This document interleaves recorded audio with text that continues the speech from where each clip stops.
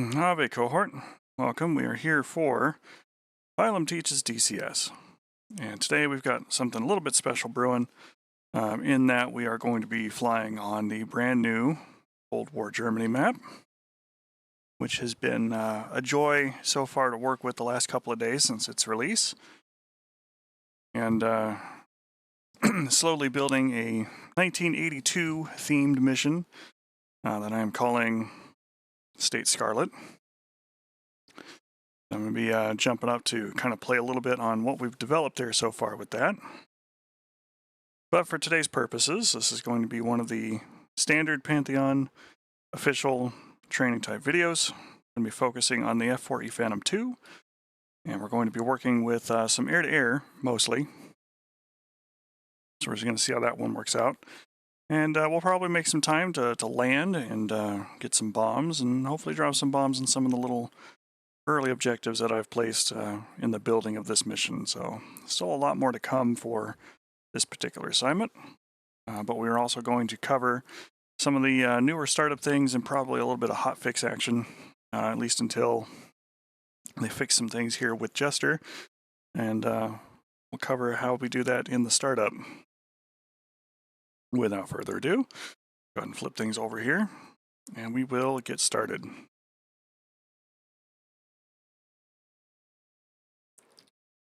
Take our walk around as we always do. Of course, this is a 1982 themed mission, and we are flying in Europe, so we actually have a legitimate reason to be using the Euro 1 paint scheme on the aircraft. It's been modified a little bit. We're going up with 3 Sergeant Fletcher fuel tanks.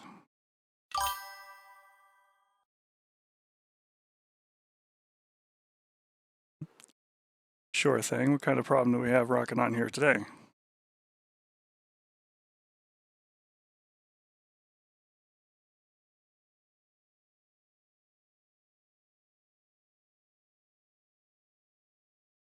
We're also carrying 4 AIM-9M Sparrow missiles. I'm sorry, AIM-7M Sparrow missiles, which are brand new for the era, as it were. And some of the AIM-9L Sidewinders here on the rail.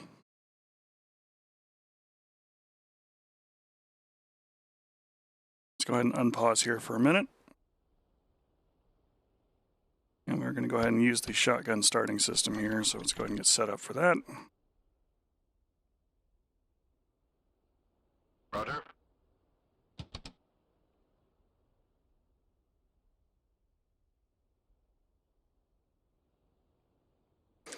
Fair point, Cajun Josh, I suppose, but that's what we're flying with today. Alright, so the cartridges are loaded. We'll hold our igniters left and right, bang, bang.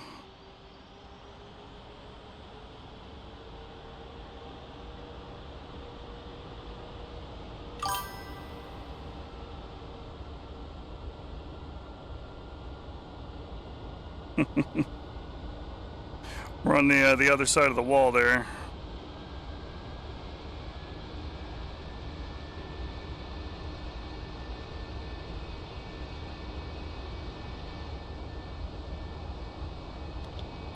All right, flip our Jennies on. Which alignment do you want? So Jester will continue to ask, what alignment do you want? Starting stored heading alignment.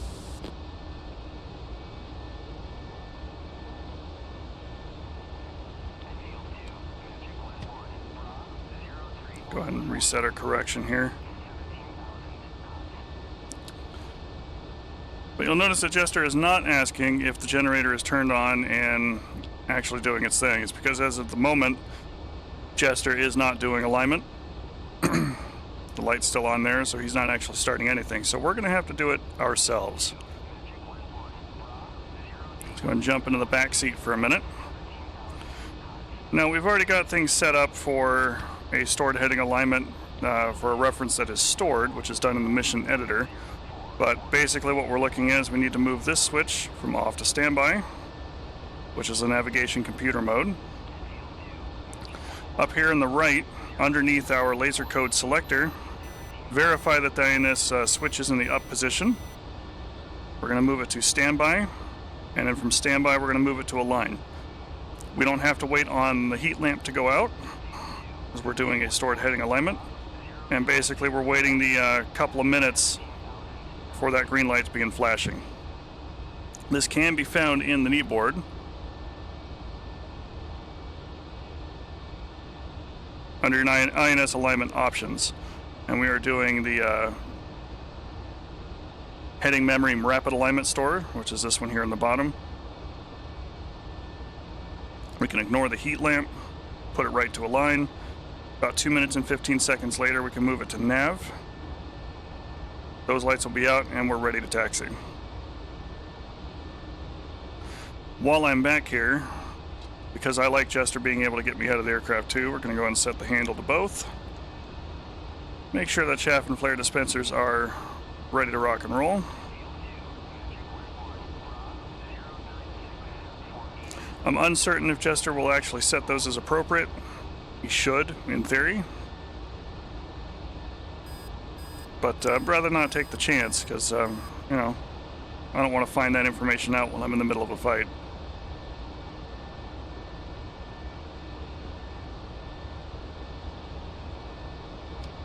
Just going to turn those lights out here for now.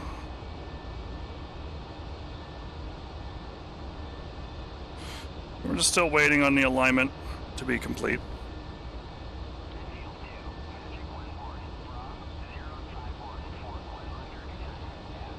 As far as the F-35 goes, I think it's utterly unrealistic that it's going to have that available here in just a matter of months.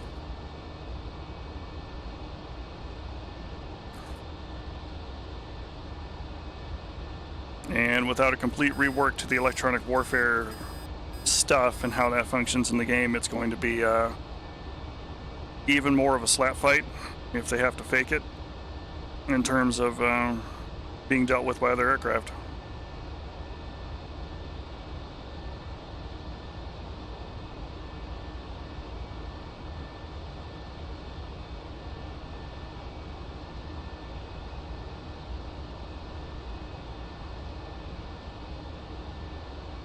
We'll probably see all that again here in just a few minutes if folks are still tucked away on their ad break.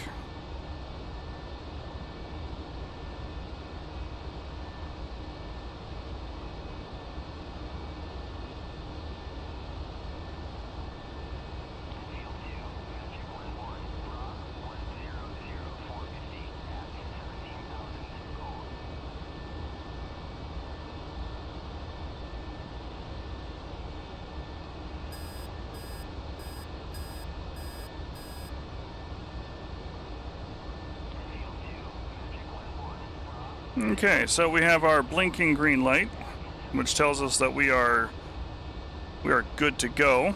So we're going to move that switch from align to nav. The lights go out, and we can now clear primary sync. Now that folks are back from the ad break, I really don't think that the F-35 is going to be either ready on time, nor is it going to be anything remotely resembling full fidelity. It's an aircraft that needs to have a full electronic warfare environment to really thrive. Lights out and stripes are aligned. And unless Eagle Dynamics completely reworks how they do electronic warfare, the F-35 is really going to be problematic at best and super slap fighty at worst.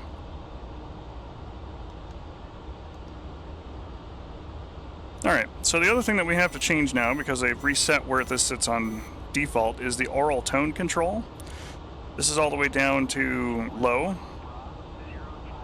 I'm going to bump that up here a little bit, because that controls everything from your Shrike screaming at you to let you know that it's looking at a target, to our purposes today, which is the Sidewinder growl, is controlled by that knob. So you want to bump that one up so you can be able to hear it. In terms of startup things, that's really the only changes that I've found so far for now. As far as things that Jester no longer does that they used to do.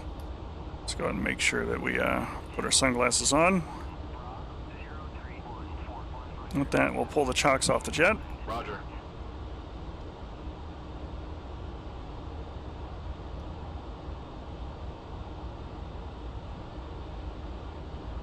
Yes, sir. Chalk's out.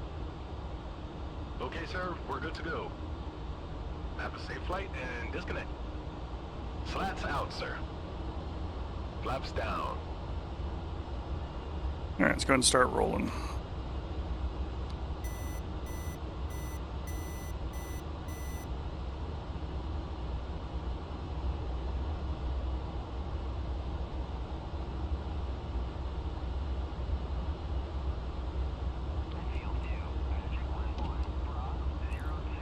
Overall, really doesn't impact the alignment settings too much, other than Jester's not doing it on his own. Once you've engaged the switch into alignment mode, you don't have to wait in the back seat until it's done. Down in the trenches, this go. You know, if you need to jump back up front and get things configured just so, by all means you can do that. You've got a couple minutes. And just make sure you check in the back seat, and when that light is flashing green, you can change it over to alignment, and you're all set and ready to roll. If you're using any of the other alignment methods, follow what it says in the knee board. The knee boards are actually really well built. Keepler's done a fine job with those, and can really get whatever it is you need done with that, and it'll function. So since we are going up for air-to-air today, and we do have fuel bags on board the aircraft, there are a few things that we're going to need to not necessarily do, which is our bomb fusing, understandably, doesn't need to be set. We're going to go ahead and preemptively toggle our gun switch on, so that way when we do need it, it is available for us. The master arm is off, so we are in a safe state, and we have weight on wheels, and the override isn't on. And before we get going too far, I just want to double check. Yeah, it should be fine. We're not super fat.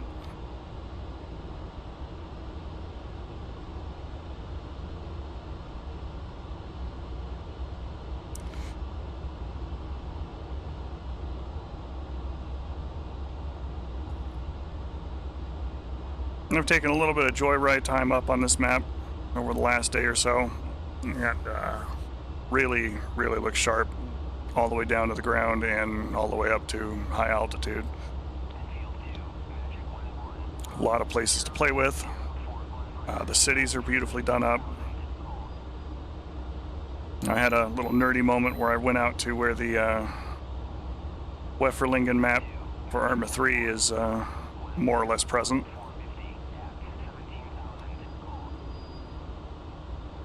All right. I'm gonna roll these up. Engine's good. Airspeed's coming alive. Sure wasn't Jester. I had the brakes on. 80 knots. 100 knots.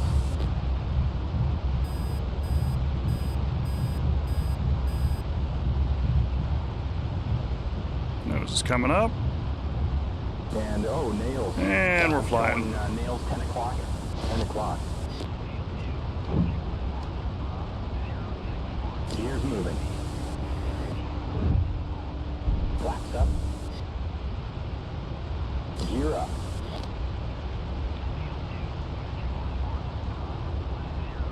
Give ourselves a little bit of altitude to play with here, but first things first, just make sure we can actually see our pipper.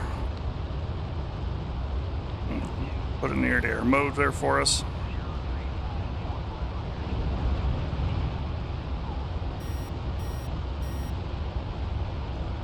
Damn, we've got mud. 11 o'clock.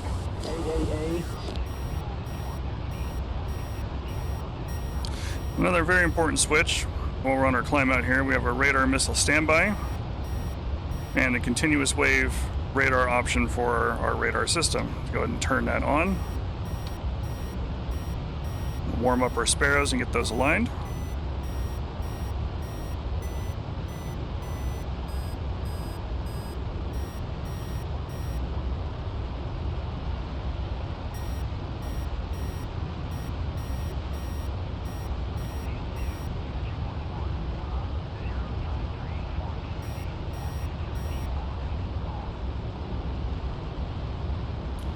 And that ought to do. Let's pull back ourselves on the throttle here a bit. I'm showing nails 10 o'clock and nails 10 o'clock. Turn the autopilot on.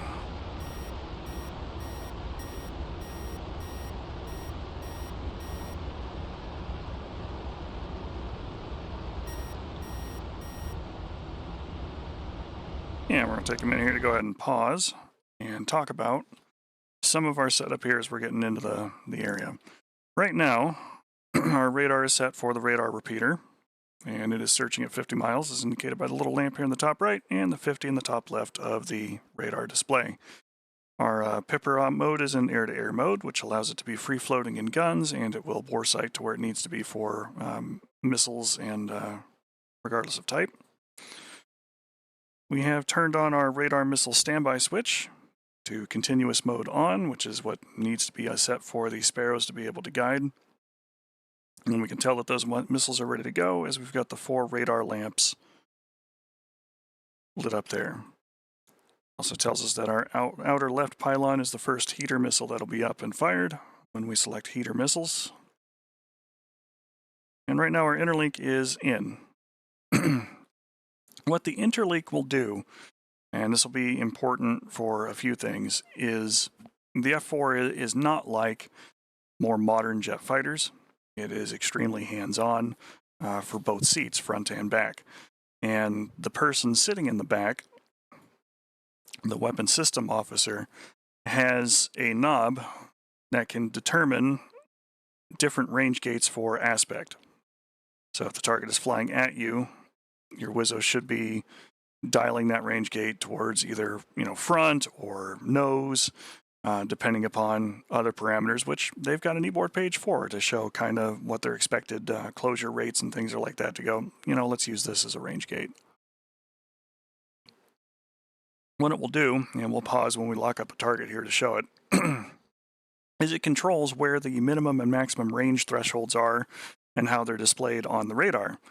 If the weapon is not in range and the interlock is in, it will not shoot the missile off the rail. Even if you're sitting out there looking and you're like, okay, I'm looking up here, I've got Make-Believe Bandit right here in the center, it's a nice beautiful dot. I know he's in range, I know the radar can see him, I'm flying in good parameters because he's cruising down, so I'm on the intercept path. I know that weapon should be able to hit him. He's easily within like 5-6 miles. Kind of no escape, and the missile's still burning zone for the Sparrow. But if you have the wrong threshold set from the back seat, it won't let you shoot. Well, if you turn the interlock out, it will then allow you to fire the weapon regardless of what range parameters you're in. So you could be way out of what it believes based on the settings, the range threshold are, and go, you know what, I don't care, I want the missile off the rail now. And it will shoot. And, if it's being illuminated, it may guide. And if you're way too close, it might overshoot. So things to keep in mind. The other thing to bear in mind is that right now we are carrying a centerline tank, which is why you see the CLTK light illuminated. And that light will be on if you've got anything on the center pylon. That's a little easy to see here because we've got a nice big 600-gallon fuel tank right here in the center. But these missiles, before they fire, they have to fall out of the recesses. And right now, if we're moving at speed, that missile falls out and immediately loses a little bit of speed, it's going to crash headlong into the fuel tank. Or if we were carrying a bomb rack, it'd be on the bomb rack. So the front 2 Sparrow missiles are not accessible if you have anything on the centerline station. So that will need to be jettisoned first before we can make use of the front 2 Sparrows on the jet. The aft 2 Sparrows are wide enough apart that they don't suffer from that problem. So those are accessible, which gives us, 2 shots out the gate if we want to try and hang on to the fuel tanks for a little longer. Wing bags don't matter. You can bring the wing bags up, be using the wing bags, and still have access to all 4 weapons in the center if you don't have a centerline. The centerline is the problem.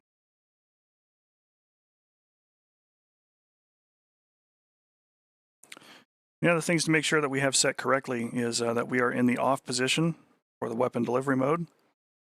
Weapon selector mode is less relevant, but you can put it in whatever space you would like as a safe type feature. The big one is the air-to-ground mode. If the air-to-ground mode is in any of these other modes, your air-to-air weapons will not be available for you. You can still select them, as indicated by, the gun, heat, radar, and arm selector here, this little light panel. but they won't actually shoot or do anything because you have yourself in an air-to-ground mode. So make sure that switch is off if you're expecting to go into air combat, or if you suddenly get surprised, you're going to want to be able to access that quickly and flip it back to the off position. With that, we are cruising eastbound towards East Germany. There's our fancy little lines there. I know that there are some areas that we've built out. We got some training centers that can be attacked, which we'll probably get to with some bombs here in a little while. But there are some MiG-19 farmers on patrol here along the border, and some MiG-21 fish beds a little bit further back behind them, kind of cruising back and forth and just kind of holding their border space. So we're going to try and get in there. We'll see if we can engage those farmers and hopefully stay far enough away from the MiG-21s that they don't join the fight, at least not until we're ready for them to do so. Let's go ahead and unpause and we'll continue towards our target area.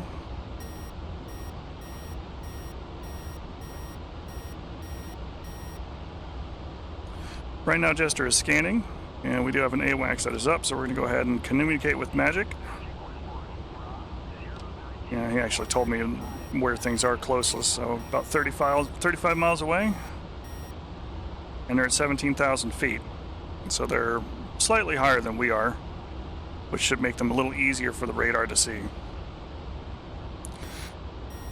Even if you're in the front seat and you're not in the back, you have to understand a little bit about what's going on up here on the screen, because the radar does not have any kind of a filter on it. So you're getting all of the raw data returns from the main lobe, the side lobes, and all other lobes in between on the F-4. Nails 10 o'clock and nails 10 o'clock. Which is where we get all these little false echoes and things that can be locked on by the jet. Ooh, shit, looks like new bogeys. Alright, are you bandits or friendlies? Now he's found one, and I've zoomed in here real close so you can kind of see where these false echoes will appear and disappear. Raw, right 5, 25 The miles, real returns 17,000. remain. And you can see he's getting closer as we're going. Jester has put it into a narrow bar scan, and he's crossing about 25 miles. 11 o'clock. And nails 11 o'clock. We're going to go plane in hand, so the autopilot is off. Let's reset our master caution here for a minute. Now I'm not locking them up just yet because I kind of want the situational awareness from being able to see what's around them. And Jester lost him. Nope, there he goes. He found him again. They might have turned around.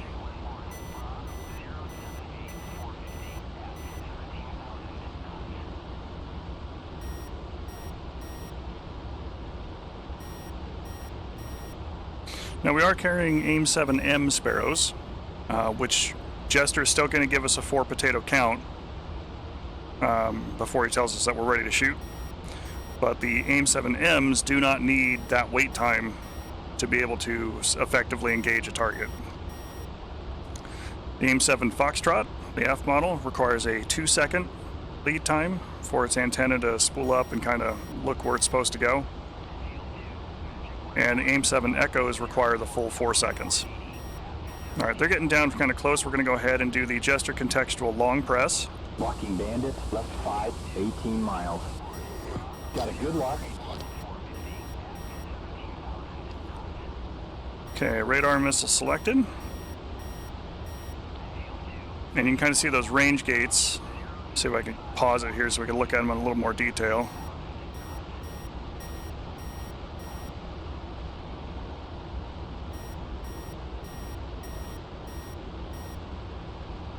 I lost lock. Back to standard scan pattern.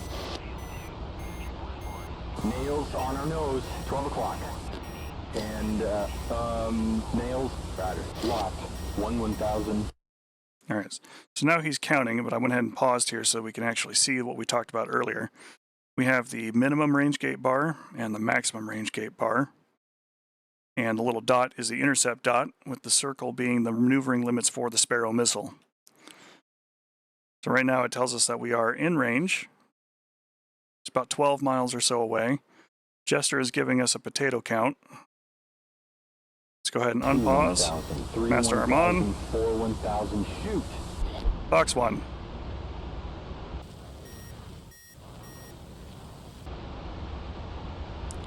Missile's guiding. I'm gonna crank a little bit off here to the right. I still want to try and keep him in the cone. 12 o'clock.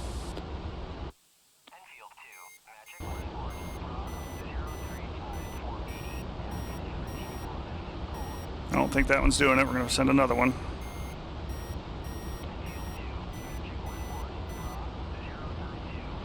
That one's going. Splash Bandit. Damn it, I lost the lock again. Okay, I'm scanning again. Bandit is going down. Now Turn point is in. he's going down in a flame. 5 o'clock. He's going down in flames, but we do have a friend.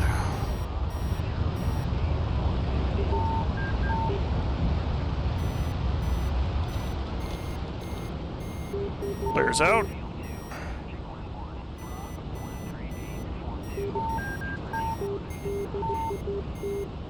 Okay, he shot his wad. Minus his cannons. 7 o'clock. 7 o'clock now. Mud, 1 o'clock. SA8. He's at our 6 o'clock.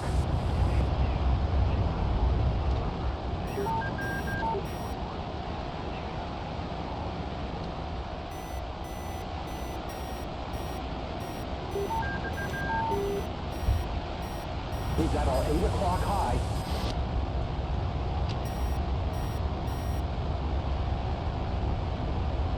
He's at our 10 o'clock high.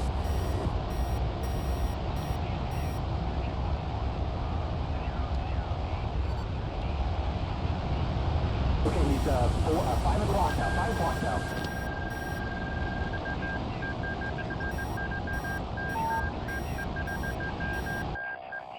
Oh, we might be too low speed for that. 2 o'clock now. Try and get back to forcing the overshoot. He's at our 6 o'clock high. This is looking good. This is looking good. Way too close. He's at our 6 o'clock.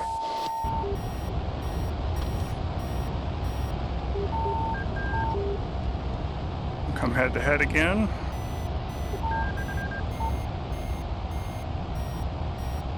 Just gonna go full out from him here. Try and extend a little bit. Turning fight, he's definitely gonna have an advantage on us.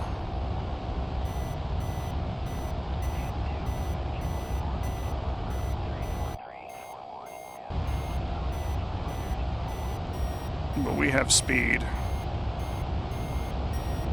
Heads up, Nails, 6 o'clock. And Nails, 6 o'clock. It's also out of missiles. He only had a pair on him. As it is a MiG-19.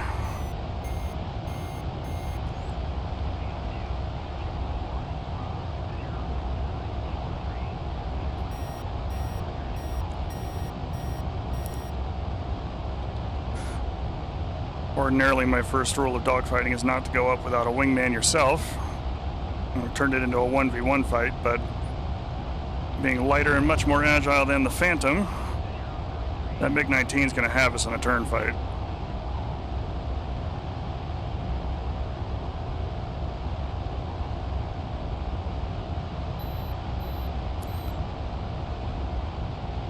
A little bit of turbulence down here.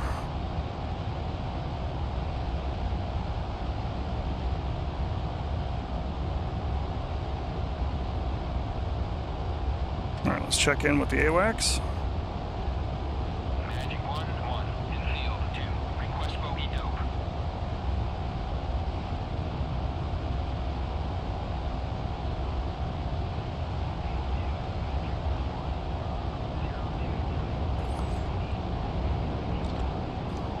Alright, I think we've effectively reset that fight.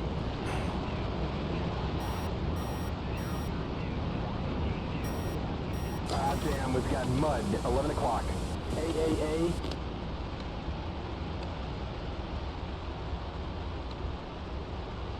No can do. Back to regular scam.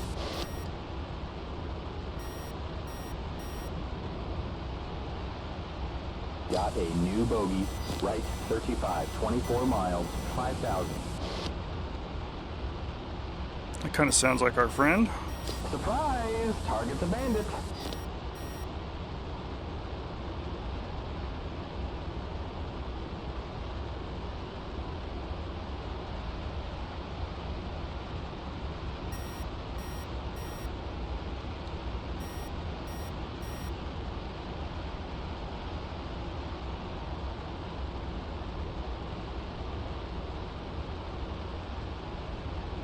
Roger.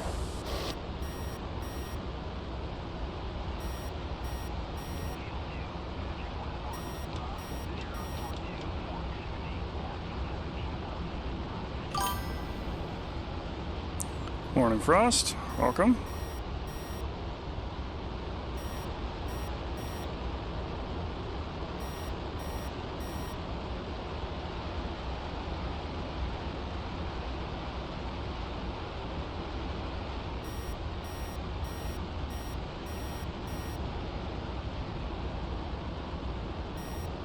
So far, so good. Splashed one bandit, got into a turning fight with his friend, and have reset that fight. Oh, I'm showing nails 11 o'clock. And nails 11 o'clock. Hey, what's the fuel? Locking bandit. Left 5 degrees, 17 miles. Got a good lock?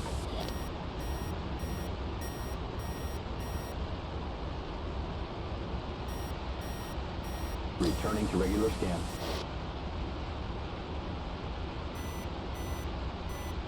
Press in a little closer here for him.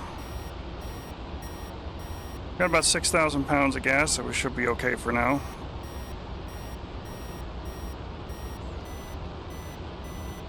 I had to eject those tanks earlier, but that's how that fight works. Yes, sir. Locked. 1 Mississippi, 2 Mississippi, 3 Mississippi, 4 Mississippi, shoot. I want to verify I've got a good lock here first before I take a shot at him.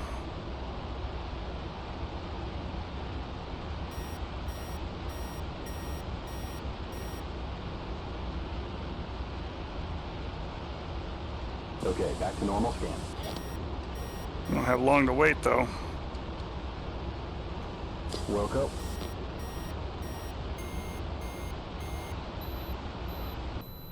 Yep, that's the merge. Really? The target drop, returning to regular scan? Alright.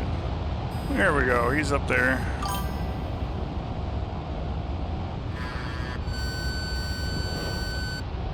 That's not gonna do it. 12 o'clock high.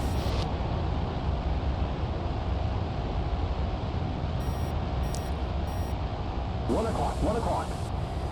I'm gonna try and get him when he's out of the sun. 10 o'clock now.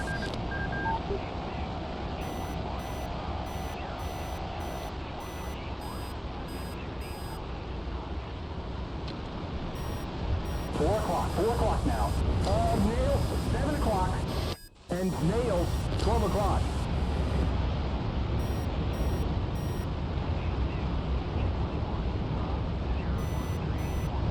He's at our 6 o'clock. No.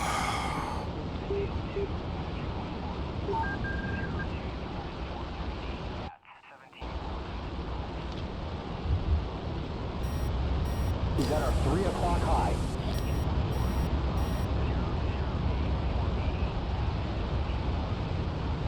One o'clock.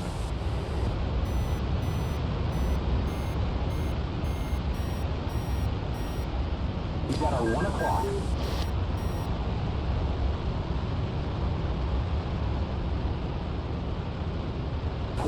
Twelve o'clock now.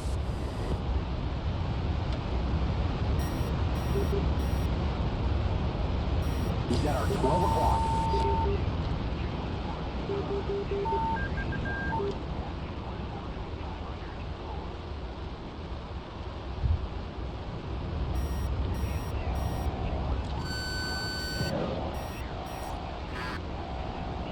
Twelve o'clock high now. You gotta be kidding me.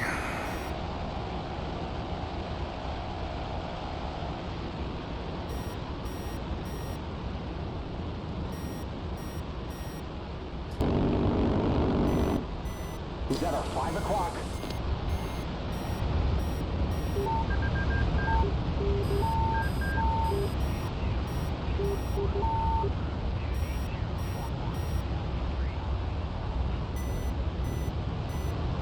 Okay, he's 5 o'clock now. 5 o'clock now. Whoa, we've got nails 3 o'clock. And nails 1 o'clock. All right, reset again.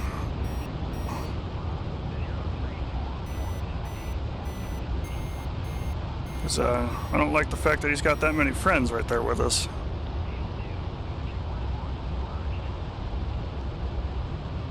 Yeah, somebody new merged in with us.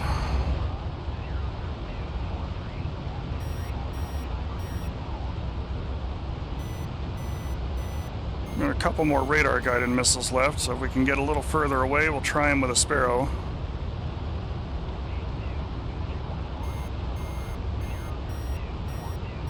I think some of the terrain didn't load.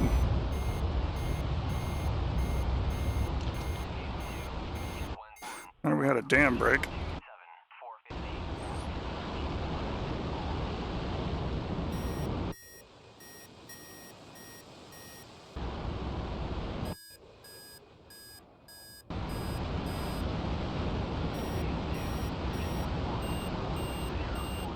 Mud on our nose, 12 o'clock. SA-8.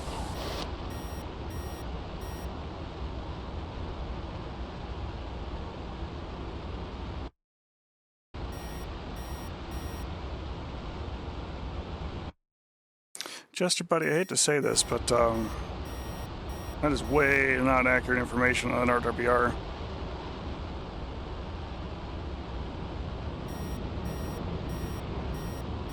Okay, going back to regular scan pattern.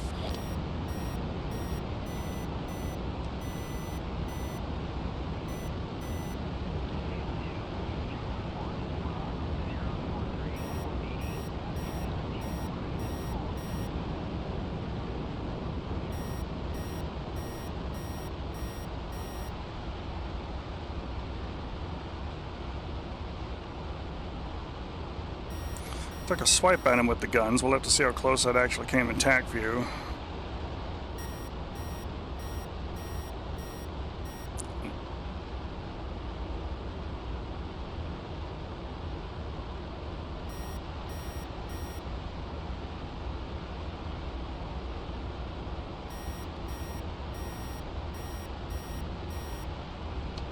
Okay.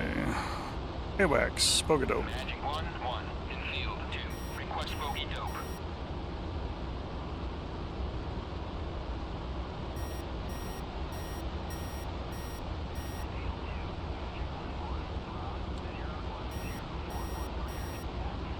Magic 1-1 in field 2. I don't care about a target 100 miles from me there, bud.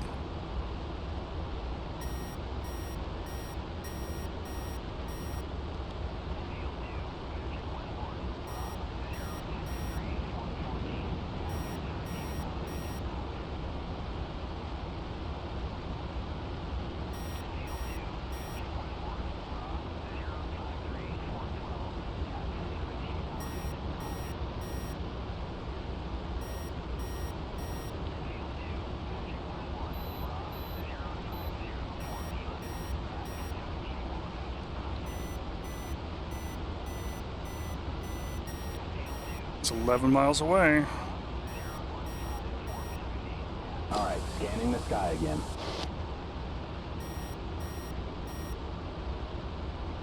Sometime today, Jester.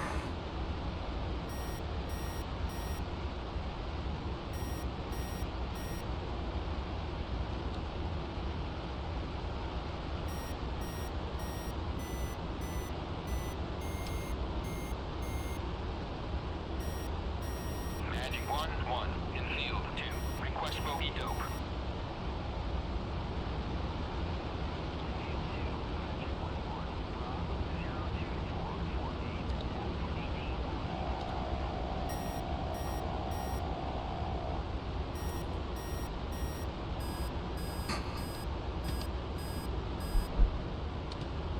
Box 1. We have a bandit, 1 o'clock. 2 Oh. miles.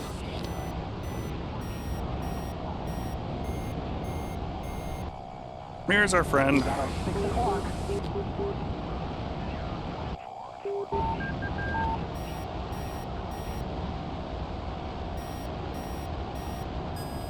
Honestly, he should be hurting for fuel almost as much as I am now.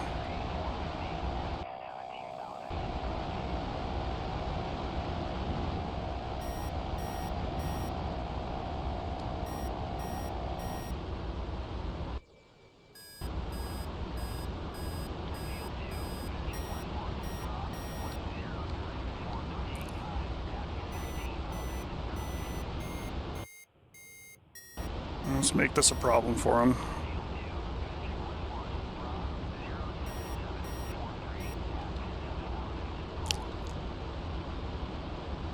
It's kind of the problem with the auto acquisition mode, especially, is that it can lock onto false returns, so you have to kind of make doubly sure that you're actually tracking a bad guy. I don't know how many more opportunities this guy's going to just chase me off with before he gets tired of it and follows me home.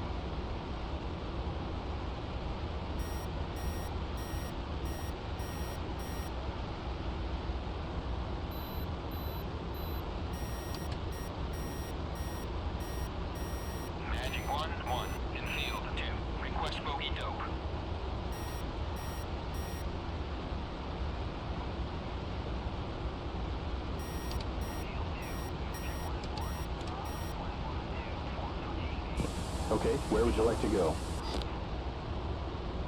Roger that. Diversion steering set.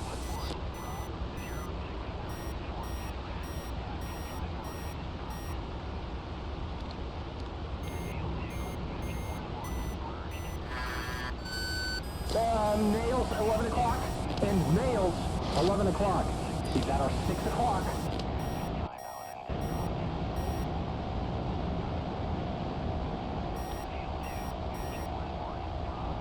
Yeah, we don't have the gas for that fight.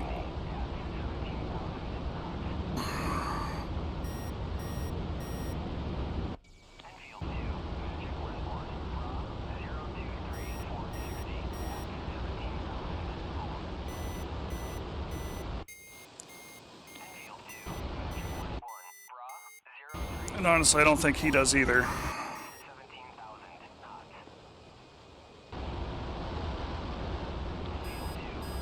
You live for now, my friend.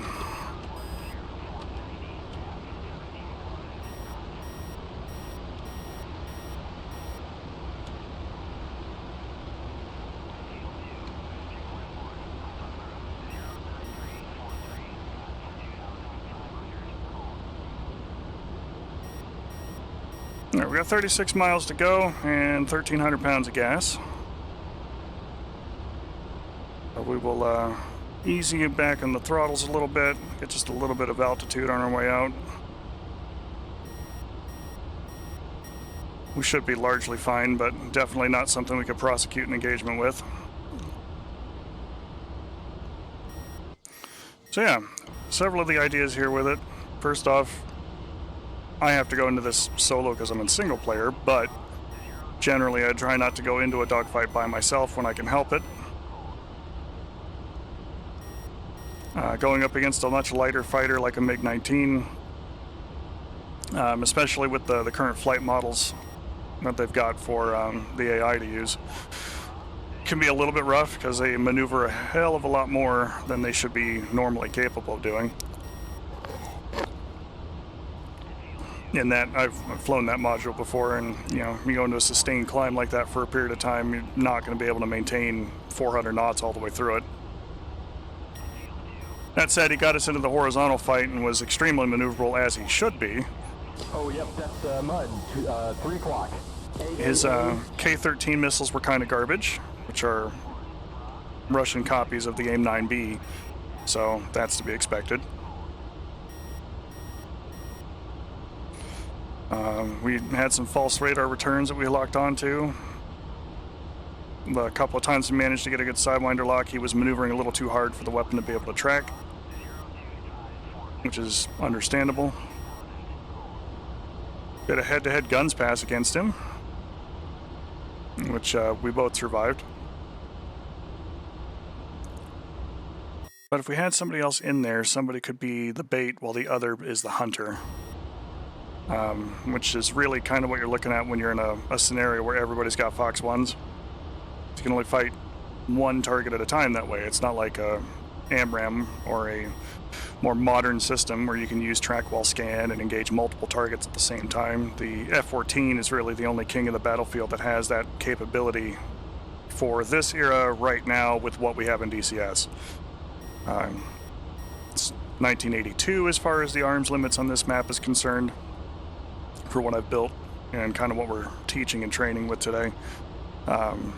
So really the AIM-54 is the only active radar weapon that we've got in the arsenal. AMRAAM-A is not going to come out until after the Gulf War in late 1991, which, you know, then turns into the Bravos that we have actually in DCS by about 92 sometime. Now we're 17 miles away. Going to dip below the cloud layer here.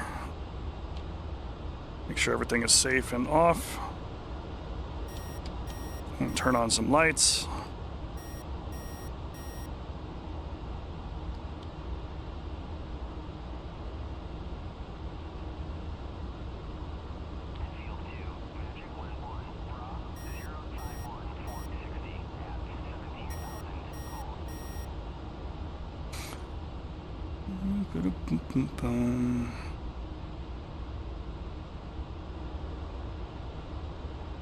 If that's going to be home, yeah, that's Hanover.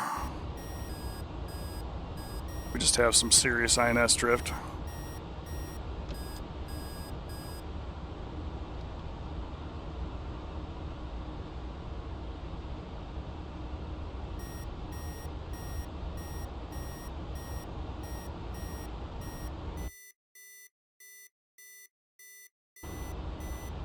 Okay.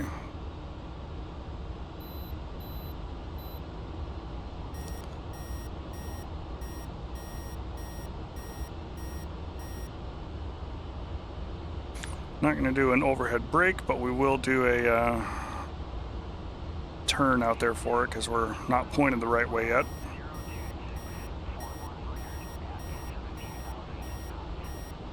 The wind's blowing the other direction.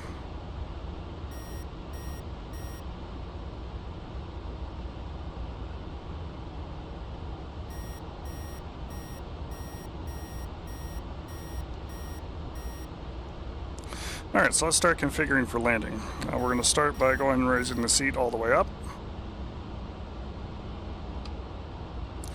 We have caged our HUD pipper there. The other thing it recommends is toggling off the collimator to protect it from the bumps and jostles of landing.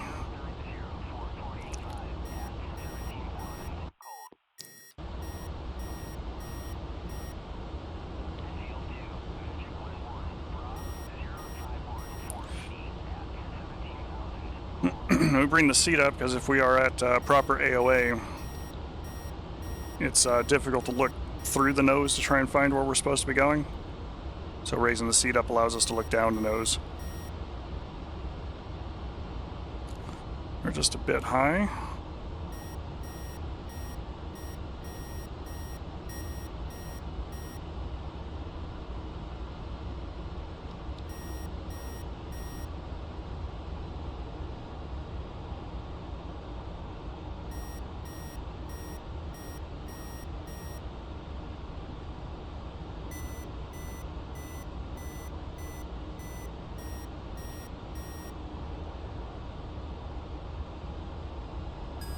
Heads up, Nails, 5 o'clock. And Nails, 5 o'clock. Bring our trim up a little bit.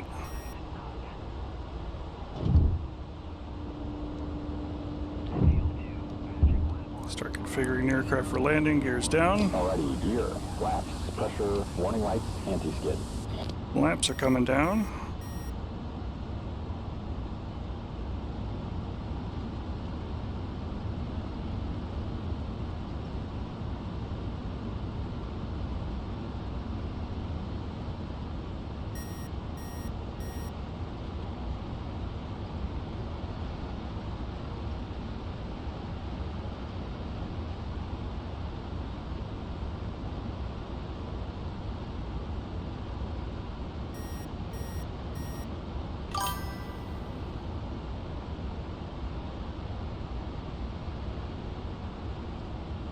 Scouting.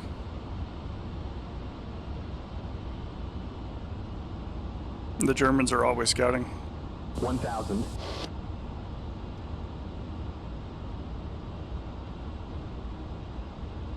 Okay, 730 pounds left in the tank.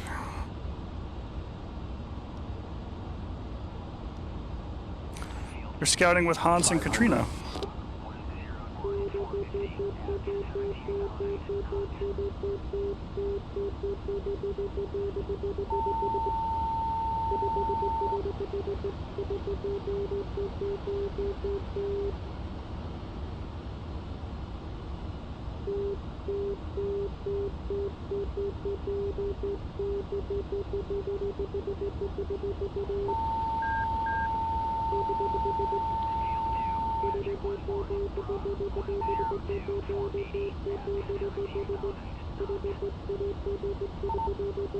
Super floaty with no gas.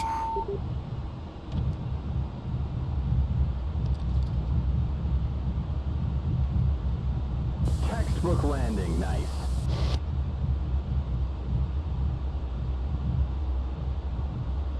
But gentle enough not to wake up Jester.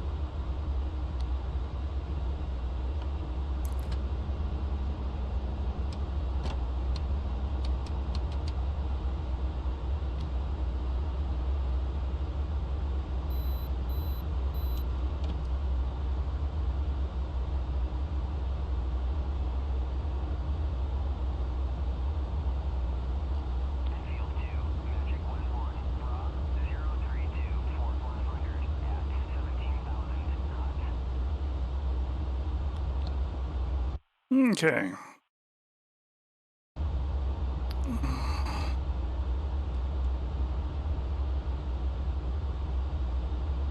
And we'll taxi down this other direction.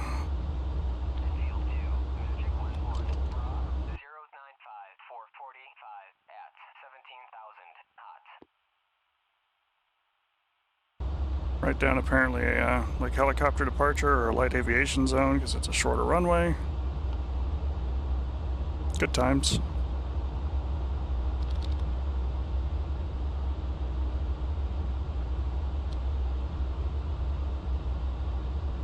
And we will get ourselves situated here to go up for another sortie.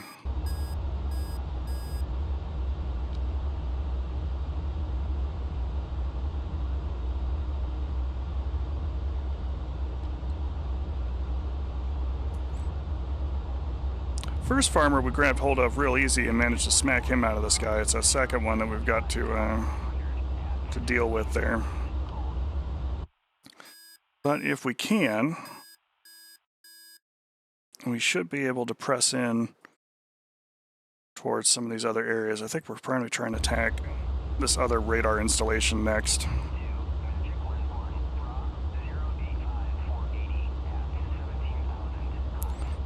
We'll probably get some mixed mission action here as we talk through some of my thought process and logic on that.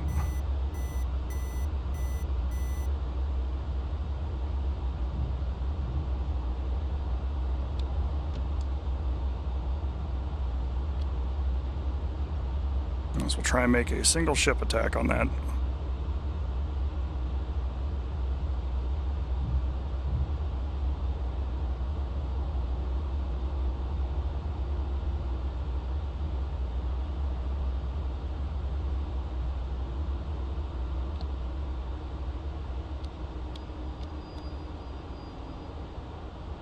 A little past the hold short, but we'll manage. Let's go and get some weapons on board the jet, and perhaps more importantly, some gas. Alright, let's go ahead and get ourselves set up. I'm going to go with less fuel because it's kind of close by. Bring some M117 bombs on the outers. Throw a Maverick on our right special whale, and a Shrike on our left. And I'm going to go with the Mark 49 Mod 0 Seeker Head, which should let us attack low blows, straight flush. It will also pick out an SA-8. I'm going to use it in the loft configuration, and we'll put the Willie Pete charge on it. Request refueling.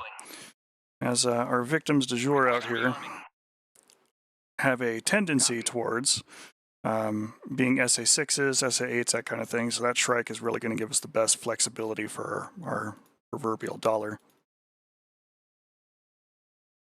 Enfield 2, Magic 11, Bra 0374. I'm going to place a map marker that's going to be for Jester to fix his nonsense with.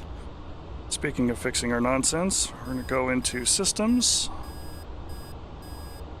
Maybe. Did they take that off his list where he does not want to actually do a fine realignment? Okay, well, we'll do one of those manually too.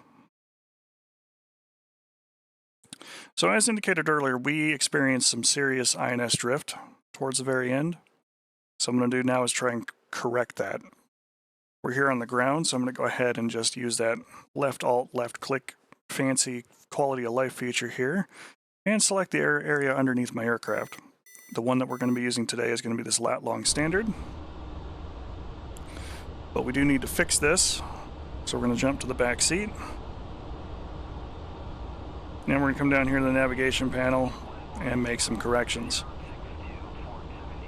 So on this nav panel we have a set and fix switch, which we're going to be utilizing today. And these upper boxes here on the right are our position north and east. Targeted area for setting waypoints in either TGT-1 or TGT-2 is underneath it. So we're going to go ahead and take this lat long standard 572757. We're going to set the switch to set.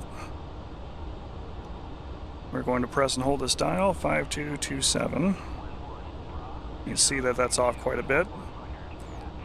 And it is halfway to 5.8. Let's do about there. That's about all the better gain that you can get out of that. And then we are 093936.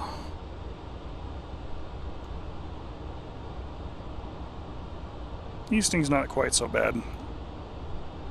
But we can see that the latitude needs to be synced. The light is on. Normally, if you're doing this in the air, you would select a common reference point.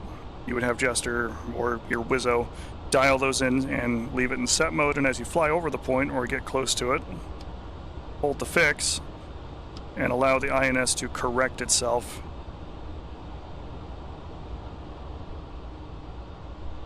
Which should put us back towards things being mostly accurate for our compass.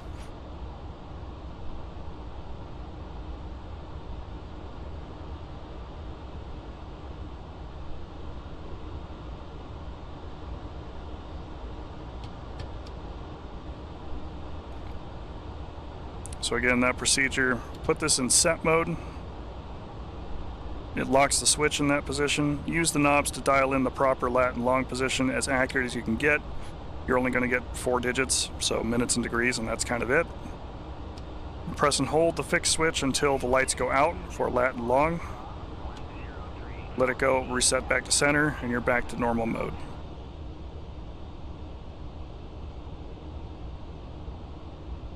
Alright, we've reached the slow portion of refueling the fuel tanks, which is always a good time.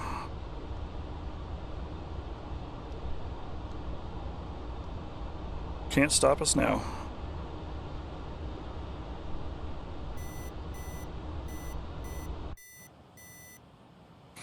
So while we're here, we are going to go ahead and take an overhead look at this objective area, as I'm still building this mission.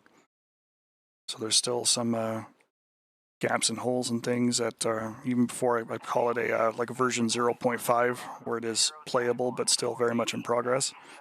But we're going to come down here and we will take a quick peek around the area for our intended target and enjoy staring at this truck for a minute. Or I can grab hold of the mouse here real quick. Just a second. All right.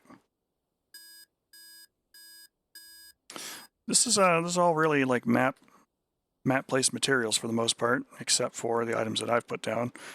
We have an early warning radar here. It's kind of scanning the skies. Got themselves a fire can.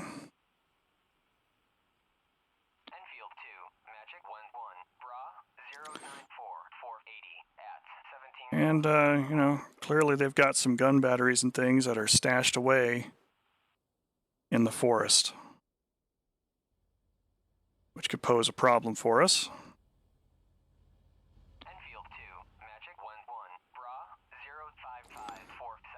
A lot of things that are kind of stashed away there.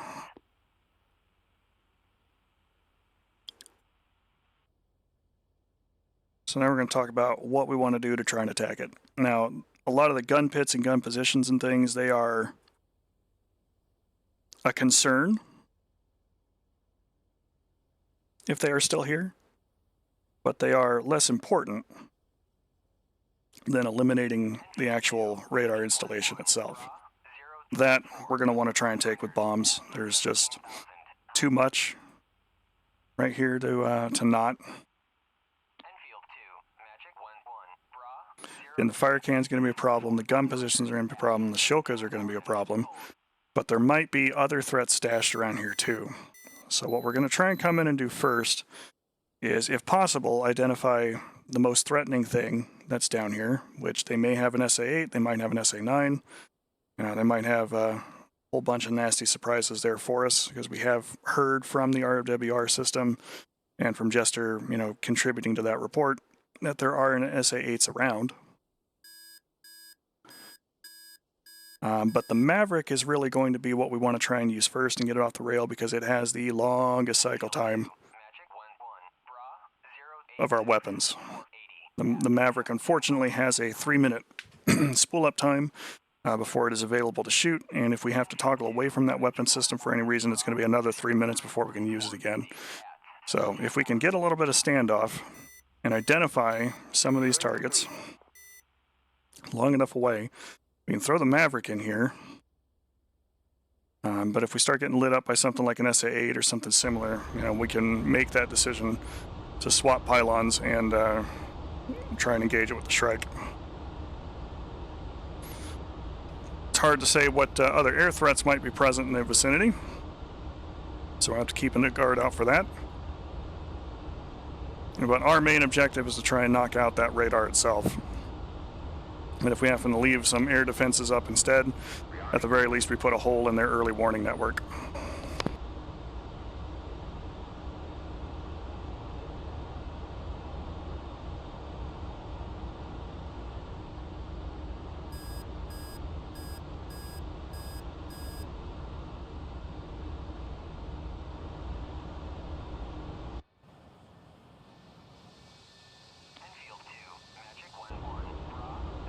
Alright, so let's go ahead and get our Mavericks warmed up, because they're going to take time.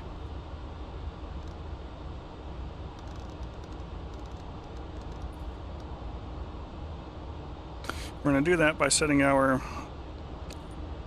weapon selector to TV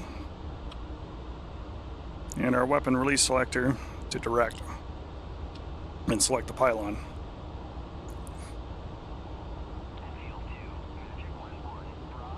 It's going to go ahead and start the 3-minute timer for that. We got some flight time ahead of us.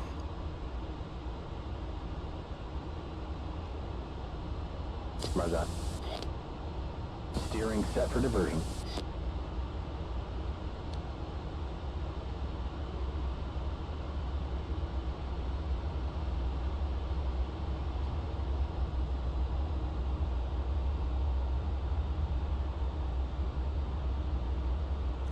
My goal here is to make an attempt to peel back the defenses as much as we can, a little bit like an onion, so we can get close enough to put bombs on our target area. If we got to do that from high altitude or low altitude, it really doesn't bother me. Speed off the peg. 80 knots. There's 100. At least the takeoffs wake me up. Oh man. We're at 50 knots. I'm showing 200 nails, knots. 10 o'clock and nails 10 o'clock. All right, we are airborne.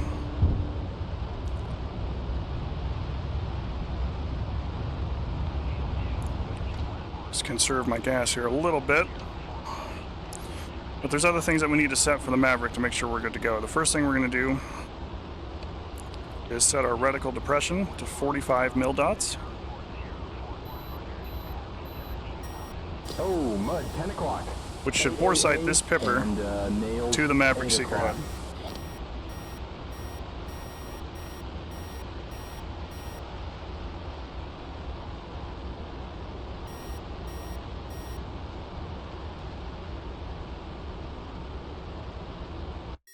We have about 44 miles to go, which is right.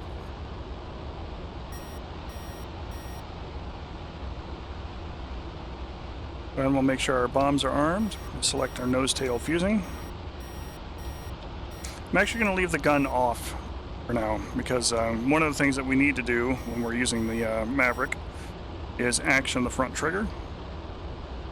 And I would rather not accidentally spray a burst of bullets when I'm just trying to turn the Maverick on.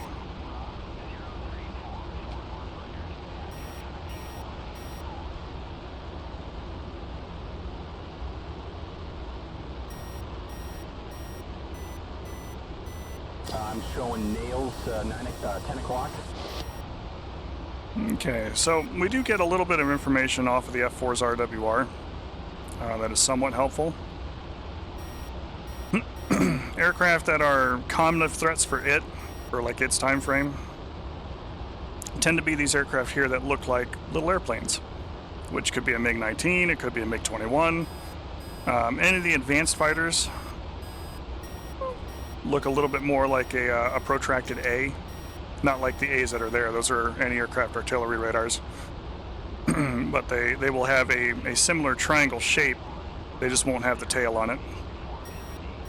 This one here, this kind of bent triangle shape, it's got a little bit of a curve to the bottom of it there, is an AWACS.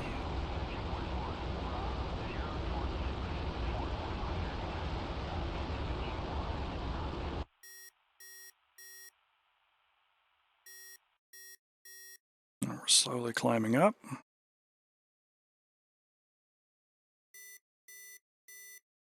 All right, I got nails 8 o'clock. And oh, nails 8 o'clock.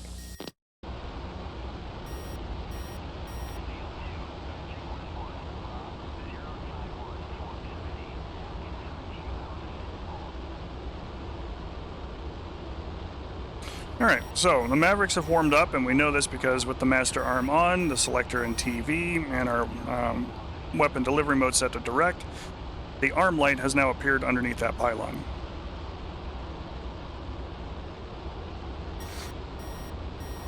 And we can, at that time, go ahead and select TV for our display, action the front trigger, and now we're looking through the Maverick Seeker head.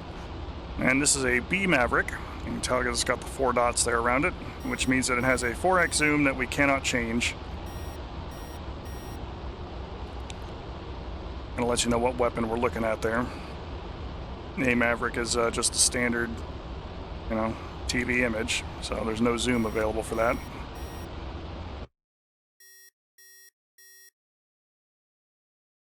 As we get a little closer here, we're going to want to try and identify our target. The major landmarks that we're kind of looking for is this little town-looking thing in the middle of a forest. And that's kind of your biggest giveaway.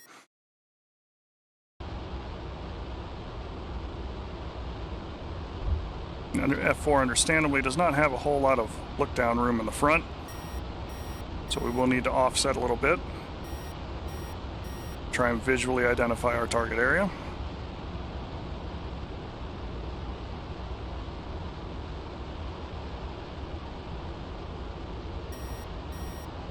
And we are about 20 miles away, so if we get a good hole in the cloud, we might be able to figure it out.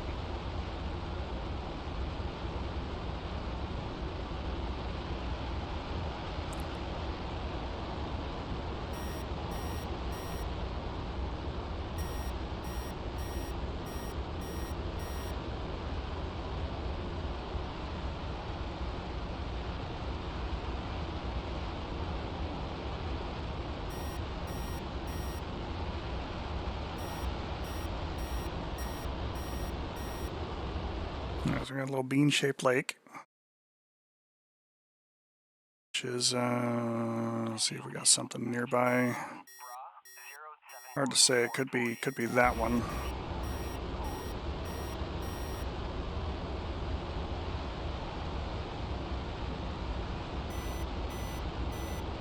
Nails 8 o'clock, and nails 8 o'clock.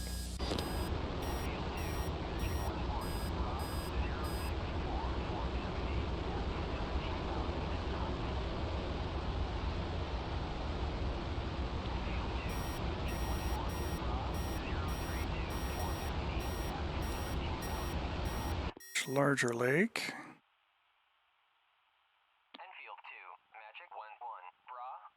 Might be those there. Straight line between us. Let's look for this kind of cloven hoof lake.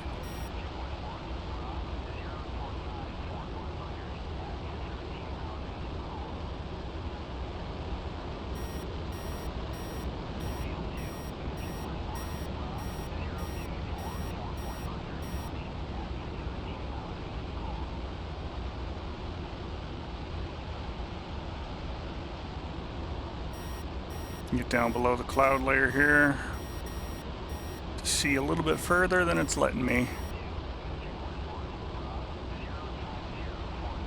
Alright, there's our Cloven Lake.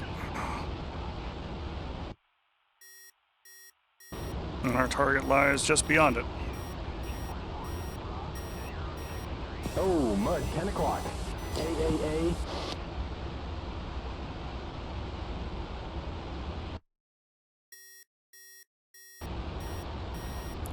Kind of slightly right of it.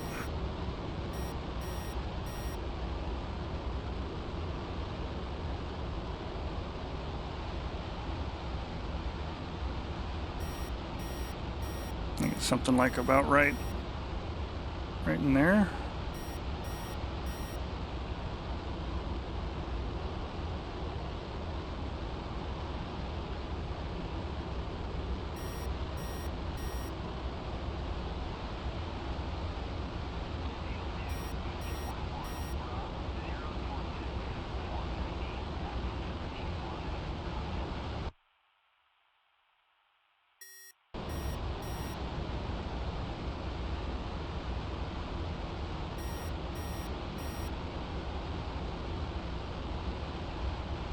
Up there. Oh, mud, 10 o'clock. AAA.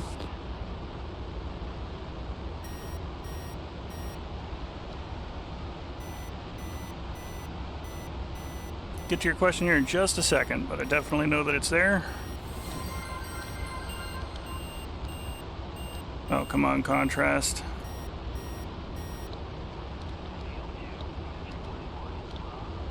Here we go.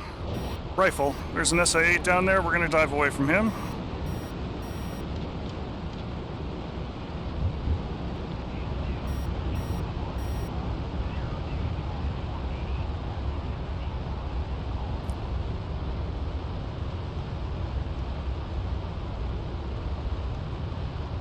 Some anti-aircraft artillery coming up behind us there. That's always a good time. All right, let's get back to it.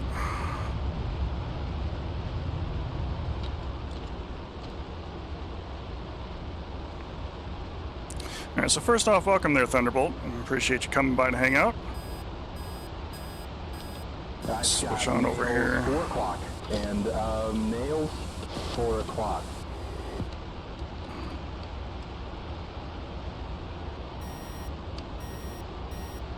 Take a minute just to set myself up here for my next strike, because we're going to try the Shrike on it next, since we know that there's an SA-8 system present. And while we're extending, we'll go ahead and get to the question. The F-4 in a modern threat environment, can it be competitive? Yes, with a giant asterisk on the end of it. The radar itself, especially in the current variant that we've got from Heapler without the DMOS upgrades and things of that nature, really is a little limited. It's got a lot of problems with sorting targets with its radar. It's, you know, got weapons that are comparatively shorter range to a lot of stuff. Have I gotten into a fight and won with a MiG-29? Yes, absolutely. But it requires a lot of tactics, a lot of solid flying of the aircraft itself. And the more modern and more flexible the threat, the harder that is going to be the kill, and the more likely you have to try and surprise it in order to get that victory. So there are a few countries in the world that still use it. Kind of excluding Iran there for that one for a minute. But Turkey still employs the F-4. South Korea recently retired their F-4s. So these are aircraft that, with avionics upgrades, have been able to keep pace for a little while. But in terms of using them exclusively in DCS, it is rougher to get that job done, but still possible. It's just a lot less forgiving if you don't do and fly and fight exactly the way that you need to try and, you know, force a scenario where an advanced fighter is in a disadvantage. In a dogfight, whoever can get behind the other target, or, you know, otherwise get them in a good sidewinder position, can win the fight. You know, there's a number of aircraft that you go up against. It's like, okay, no, that's no big deal. It's just a MiG-23, or it's just, you know, insert whatever. And, you know, then you get cracked in the ass by an R-60 and you're done. So it happens. As far as spotting targets goes, the first thing that I recommend, and it sounds strange, but especially if you're doing something like pancake mode, which is, you know, 2D, you're not flying in VR or anything else like that. I don't use VR myself. Wipe your screen down.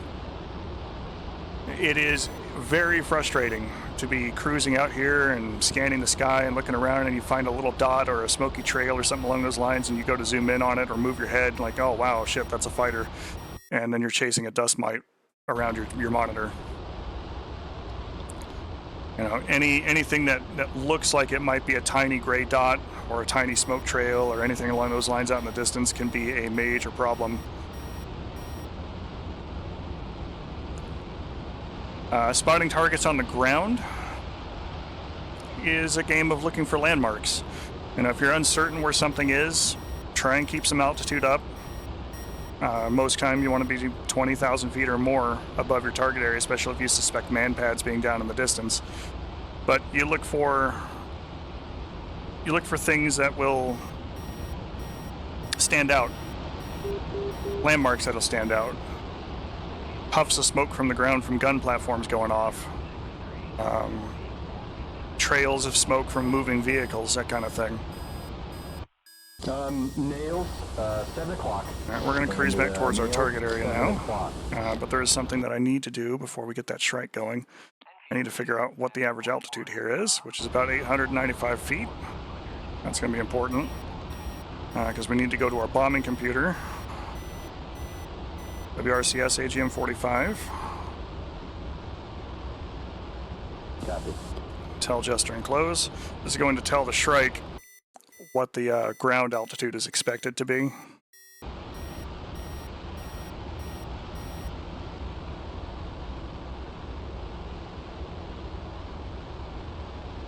As that's what it's using for its loft computer, to figure out what angle I need to try and pitch the sidearm at to do its job. Alright, so there's our next landmark that we were looking for, that Cloven Hoof Lake. So we know our target is just a little bit further east out in that area. There should also be something on fire there as long as the Maverick got in and hit what it needed to hit. Heads up, I've got nails, 11 o'clock. And nails, 11 o'clock. But we're going to give the Shrike a try and see if we can't locate and disable that SA-8 that's down there. Is the biggest advice that I can offer for trying to spot targets, either in the air or on the ground, is build a quick little mission in a mission editor. You know, just go on up with it. They don't even have to be aggressive aircraft. They can just be set to no task, no target, just flying around in circles or whatever. And try and see where those aircraft are. Fly up, give them a look.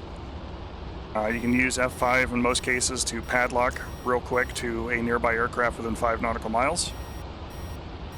So you can kind of get a feel for, you know, where should I be looking?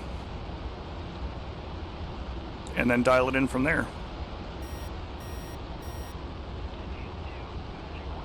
It's like anything else really, skill-wise. It's practice makes perfect.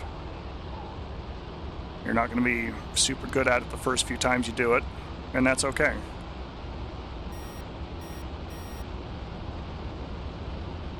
Alright, where are you, Mr. Osa?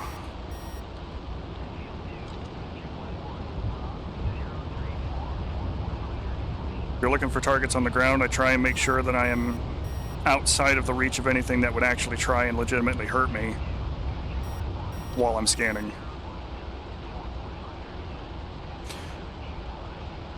Working with teammates is helpful too. Oh, there we go. There we go, it's finding it. SA-8. We need to fly until that cross is roughly aligned in the center. That tone is as loud as it can get.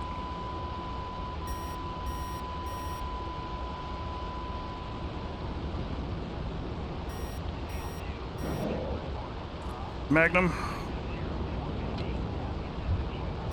That might be way overshooting it. Oh yeah, no, it's kind of off into space. Yeah, that's a Singer 3 o'clock. SA-8. Missile 8 o'clock.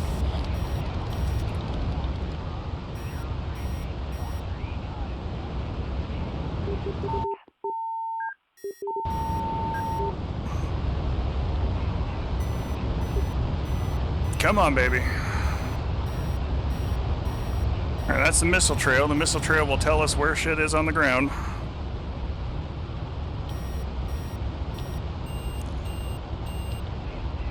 And we need to reset for bombs. Go up DT mode and bombs, which is a radar directed or radar assisted mode. Get out of here, flight director. The missile trail is not going to be up here forever. In fact, it's probably already dissipating.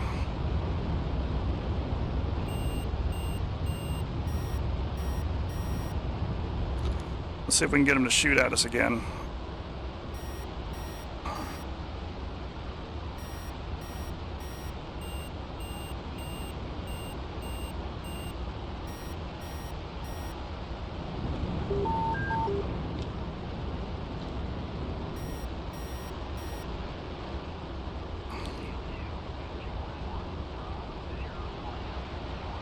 Alright, things are probably going to happen very quick here.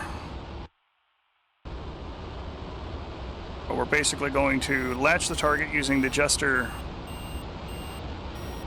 short contextual menu. Single press, he'll say target captured.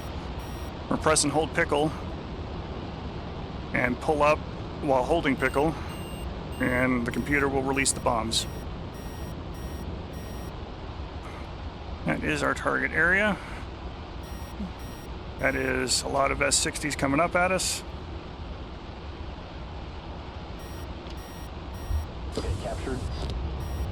Again, we're mainly looking for the enemy radar installation.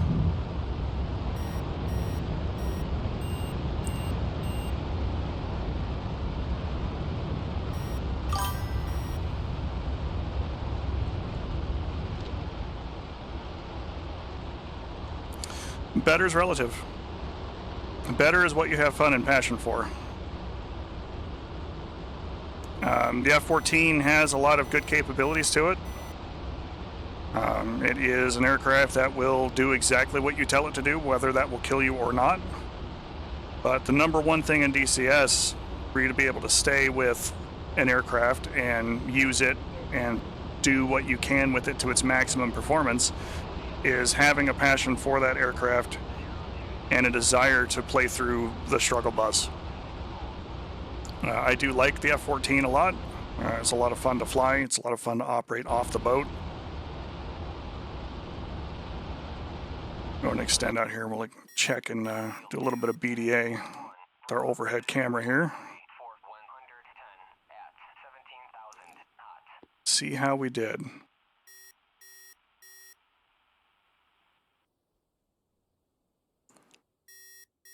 Well, it looks like some of the S-60 guns were destroyed. The fire can is out of commission. That was our Mavericks work.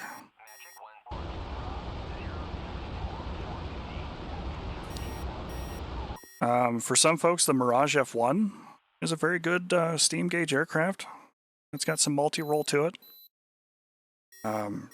Depending upon what you do with the F-14. Oh, yep, that's mud. It really can't always be called a multi-role aircraft, especially like here in this 1980s mission. The F-14 wasn't rated to carry bombs and other air-to-ground weapons until 1991, well after the Gulf War. Up until then, it had been used as a fleet defense and cap fighter exclusively, which was one of the things that led to the development of the F-18 Hornet.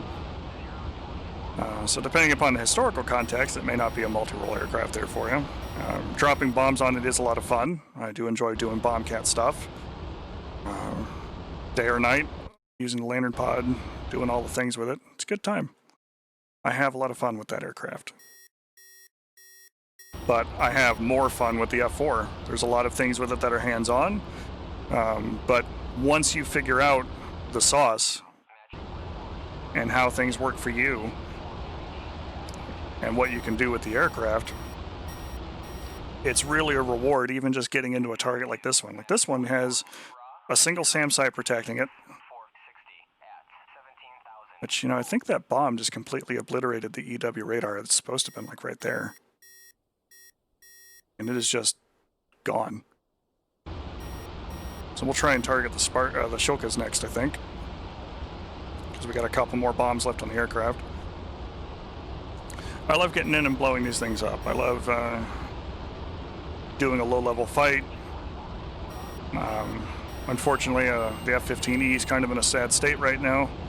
But that one is actually my pride and joy aircraft. If I had to pick one office to always sit in forever, it'd have been the Strike Eagle.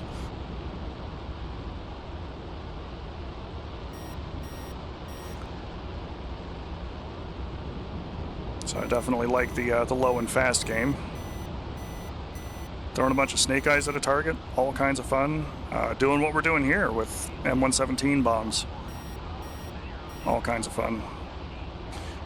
You have to find the thing that makes you joy. And then you have to keep pressing at it and push it to its upper limit.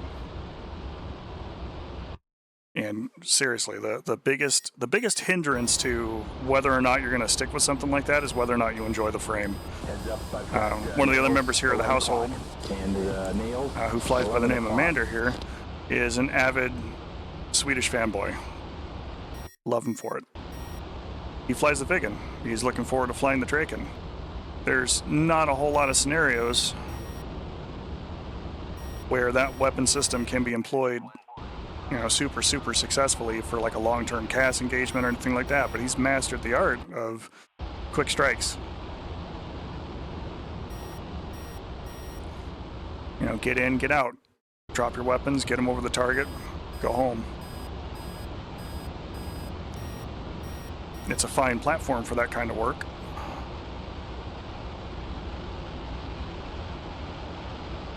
tracers are coming up.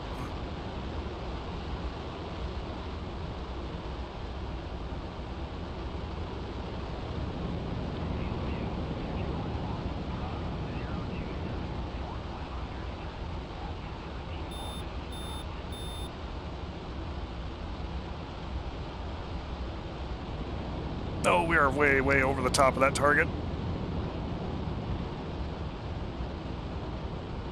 Thankfully, though, the terrain is favoring our approach here. But let's see if we can't cause some problems. How much gas we got? 7,000 pounds. Beautiful.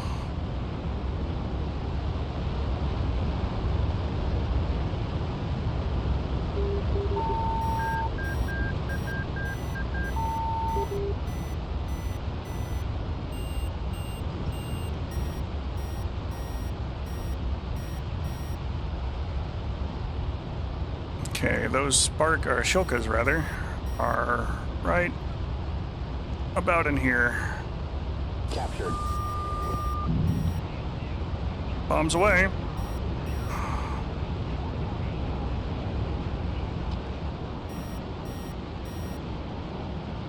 We'll take a look and see how we did while we're on the flight home. All right, we're out of bombs. Let's go ahead and get our gun back up. Turn off our other pylons. Get ourselves out of DT mode.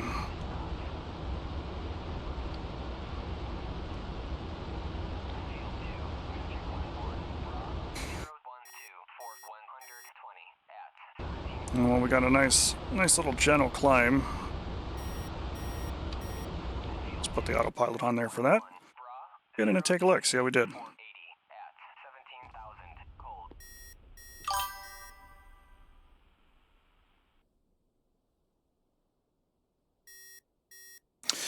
Yeah, that's kind of the big thing about a lot of the more modern 4th Gen Plus aircraft is they tend towards very MFD heavy nonsense.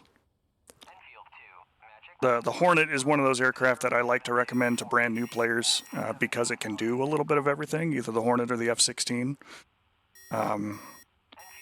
But at the same time, by kind of doing everything, it sort of makes it the white bread and mayonnaise of aircraft, in that it will do anything that you want it to do, but not the funnest thing in the box for some folks. That said, a good Hornet driver who really knows what they're doing with it, all of those avionics and systems will make an average pilot good and a good pilot exceptional. And if you're really pushing your boundaries for getting in to fly the aircraft, and doing something more than just cruising at 25,000 feet, dropping JDAMs everywhere you go. Oh, yep, that's mud. 3 o'clock. Then you can really have a fantastic time flying that aircraft. Let's go ahead and see about getting some gas. And then we can try and hunt down that last MiG-19 that's eluded us earlier. Plus, it's giving me a chance to double check the tankers on this mission as I'm developing it and make sure they're at a good altitude and good speed, all that good stuff. Oh, we got mud. 1 o'clock. AAA.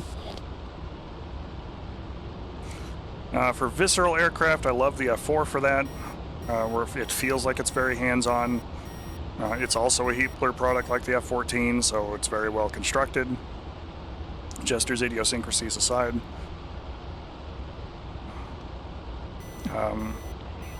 Kind of the fate of a lot of Vietnam-era aircraft that are still in service today. Most of them tend towards the ground attack role as life goes on, because that's a little safer for them.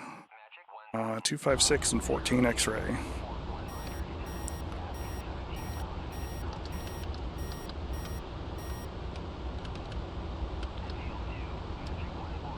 There we go, 14 X-ray, 65 miles to go. And he was on 256.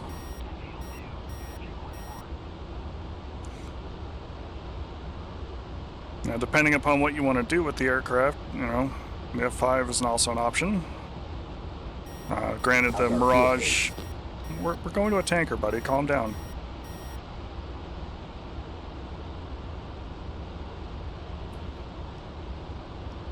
Jester doesn't have a fuel gauge in the back of the aircraft.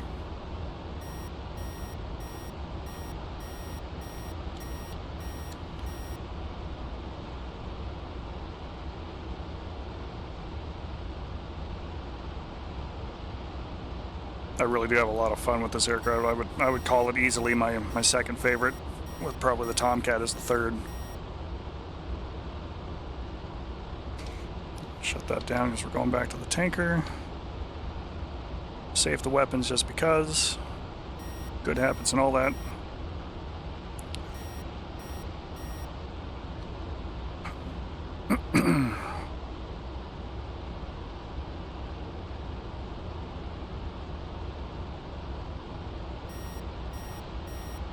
Yeah, for a lot of the rudder-intensive aircraft that don't have fly-by-wire systems, I would say that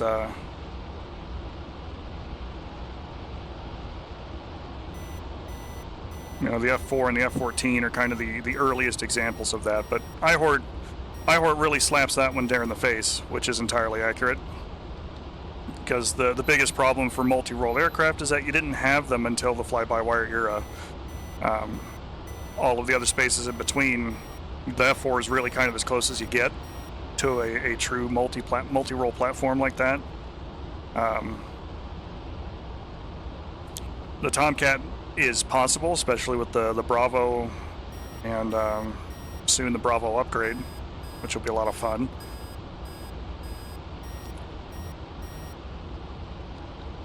But a lot of platforms pre 4th Gen Plus were very singular in purpose. The F-4 was designed originally as the Fleet Interceptor, which is, you know, the fleet defense fighter that the F-14 replaced. It moved up to Air Force use, which is the variant we have in the game now, and that was kind of a fighter bomber and a frontline fighter workhorse. But if you're looking at like Discovery Channel wings or 10 degrees, 32 miles. You know, some of the older aviation shows there for Vietnam, and you're looking at aircraft going up, you'll see that there are F-4s that are wall-to-wall bombs, and then there are F-4s that are, you know, fuel tanks and Sparrows. Some nails, 2 o'clock, and nails, 2 o'clock. So you had a mixture of CAP aircraft and CAS aircraft, not necessarily doing both jobs at the same time.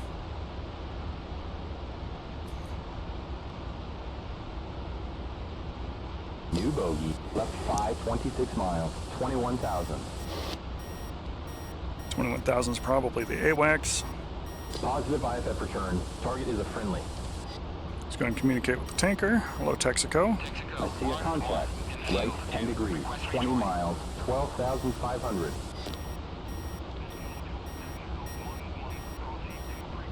Target is a buddy. Good IFF.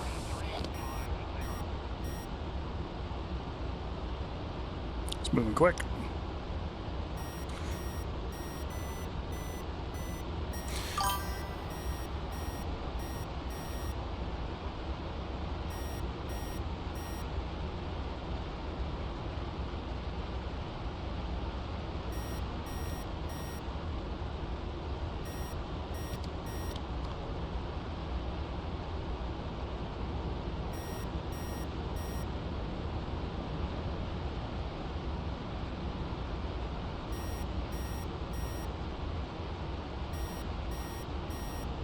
Alright, so we're about 13 miles away from this tanker, and we could see him.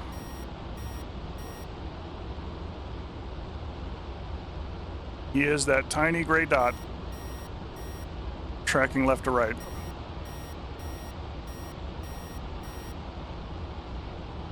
Kind of looks like he's in a turn right now, and judging by the closure rate, I think he's moving away from us. We're going to try and intercept his turn.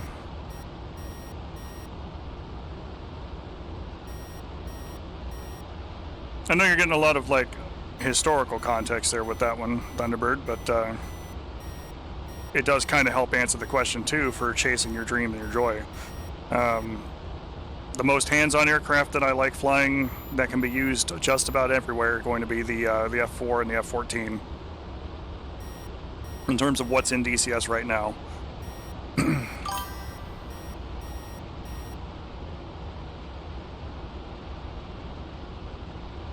So just about every aircraft is kind of dull, flying at 30,000, just kind of going, all right, target pod here, beep boop, JDAM.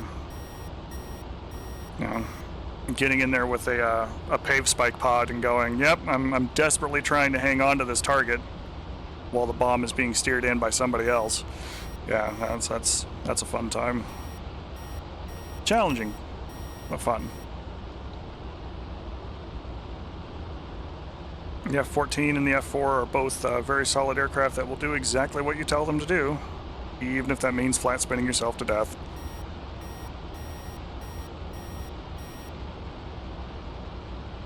Very hands-on.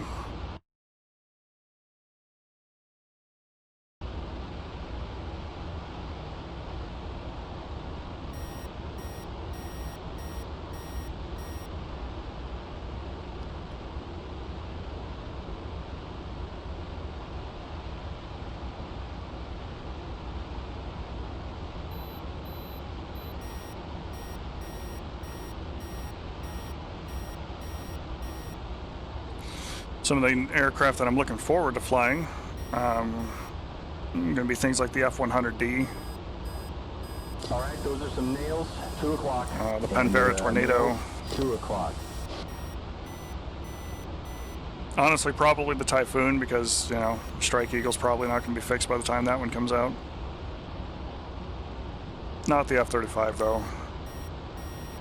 And not because I've got some, like, great hatred for the F-35, because I don't. It's a very beautiful, very striking aircraft. The problem is that DCS does not, and I can't see Eagle Dynamics actually making a genuine threat environment where that aircraft is going to be fun to fly.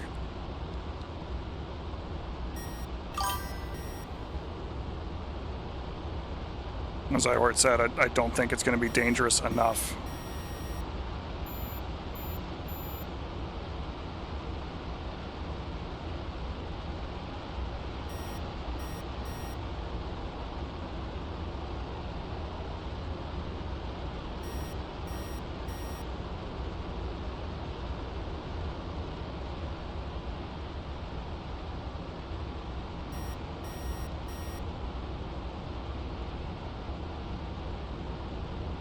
Okay, 4 miles.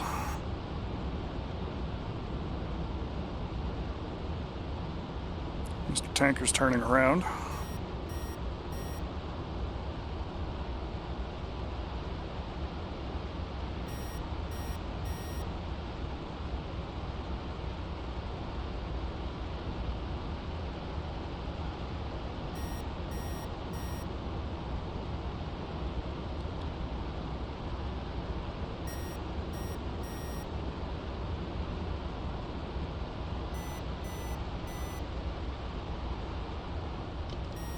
Pull back in the throttle some because he said he's only doing about 350 knots indicated.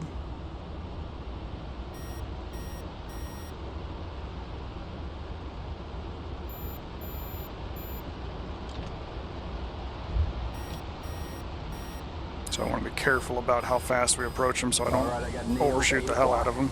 And nails, 8 o'clock. So we're going to come up into what's called the observer position here on the left.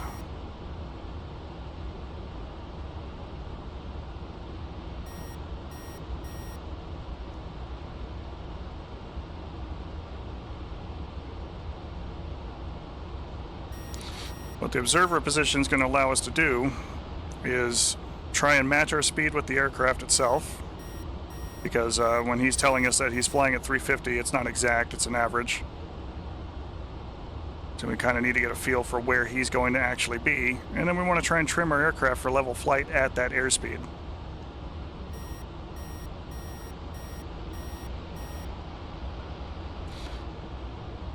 If you're on a multiplayer server and you're trying to do things a little more procedurally so that, you know, things are safe for everybody, aircraft on the left side of the tanker and echelon left are waiting to refuel. Aircraft on the right are waiting for their friends.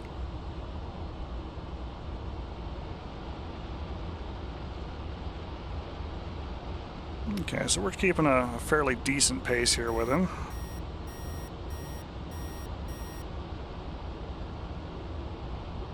I'm going to open the refueling door. Ready for contact.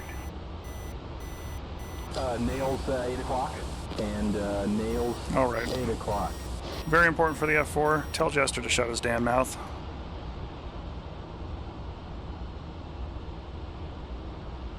Because he will try and very helpfully give you information about where to go on the tanker.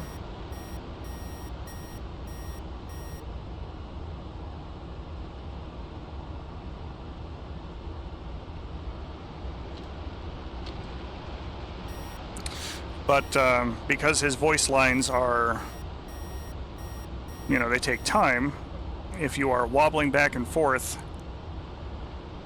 past a given point on it, he will eventually be very out of sync with where you are versus where the tanker is telling you need to go. So tell him to shut his mouth so he's not yelping in your ear. And just fly the lights. The lights on the left indicate your vertical position. The lights on the right indicate your lateral position fore and aft of the tanker. Your goal is to try and put them in the middle. And then just station keep with the tanker and fly formation with it. Your refueling area on the aircraft is located about mid-spine,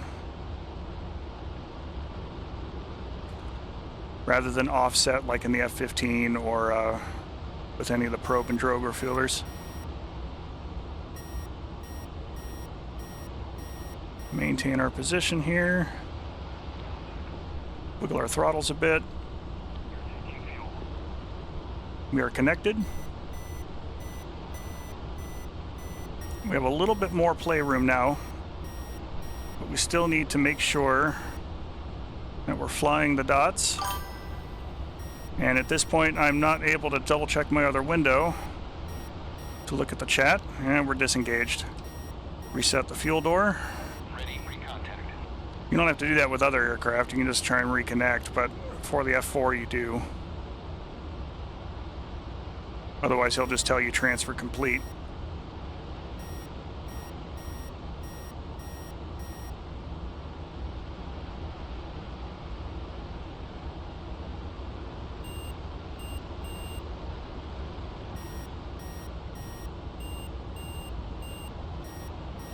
Probably be easier to do if I had more weapons and shit on the jet, because I could hold the throttles in a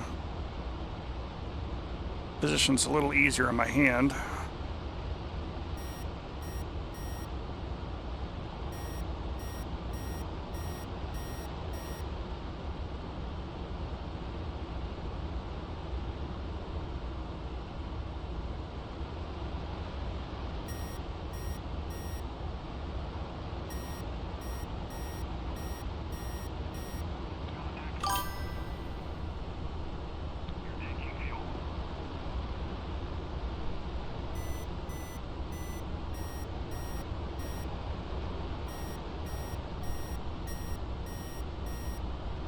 Don't want to charge the boom if we can help it.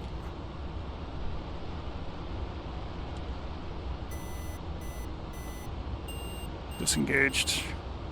Let's reset it. Ready for contact. We have picked up 3,000 pounds of gas though.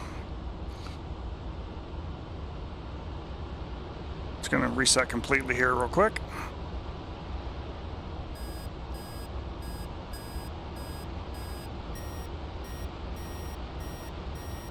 I apologize for the next couple of minutes there. I'll catch up with chat here soon. But it is hard to watch the lights and also lean out and look to the left.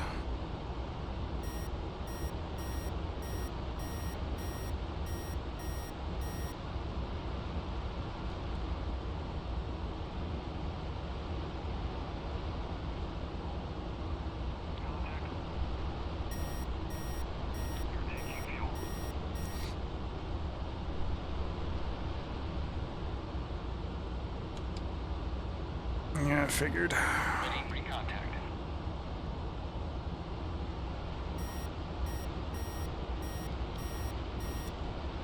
Definitely recommend binding that air refueling door to a HOTAS button, because you're going to hit it a lot.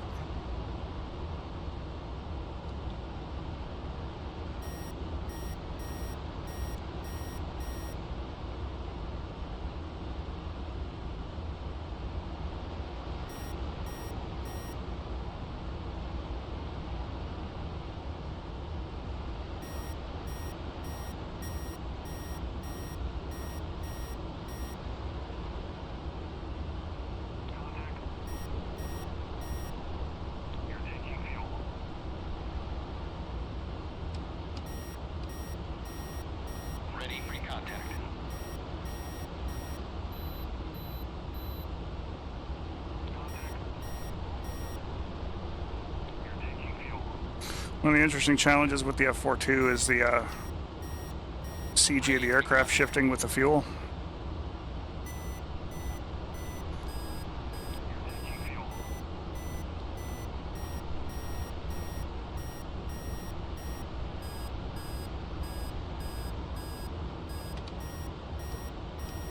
Occasionally, especially if you're taking on a large amount of fuel, you'll need to adjust your trim again.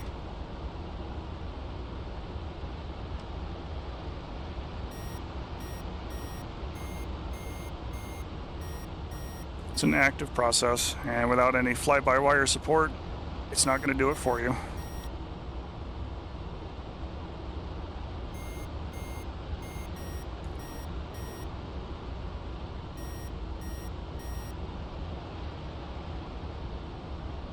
Of the two refueling methods, I find probe and drogue usually a little easier to get hooked up on. Mostly because you have more visual markers. You know, you're trying to rendezvous a probe with a basket. As compared to flying the lights and hoping a tech sergeant actually stabs you with a fuel boom.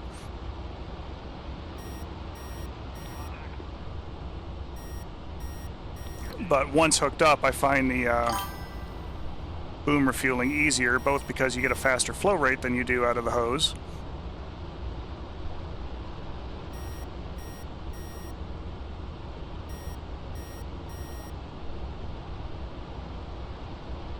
And because you do have a little bit of play with the boom.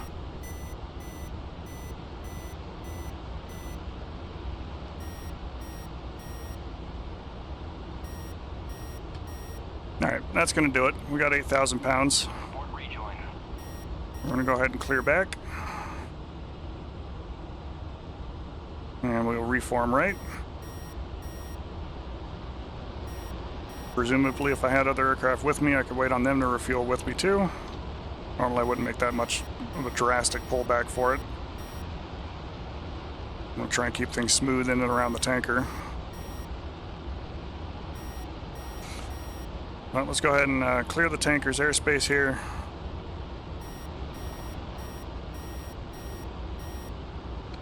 And we'll go hunt down our last remaining farmer for that area that we were attacking earlier. Should be a little further south of us there. Go ahead and get back on the AWACS's channel.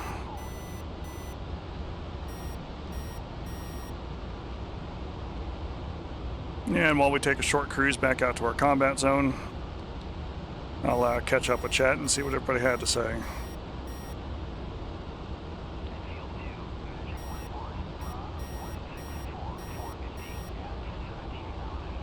Alright, and just a quick little AP hold.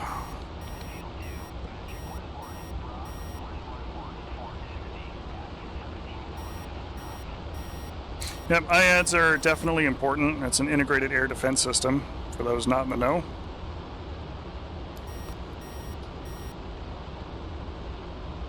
And it's basically, you can look at it as a large onion of overlapping defenses, which are, you know, yeah, it's an SA-2 site. It's fairly easy to deal with, usually. Or an SA-5 site, fairly easy to deal with, usually.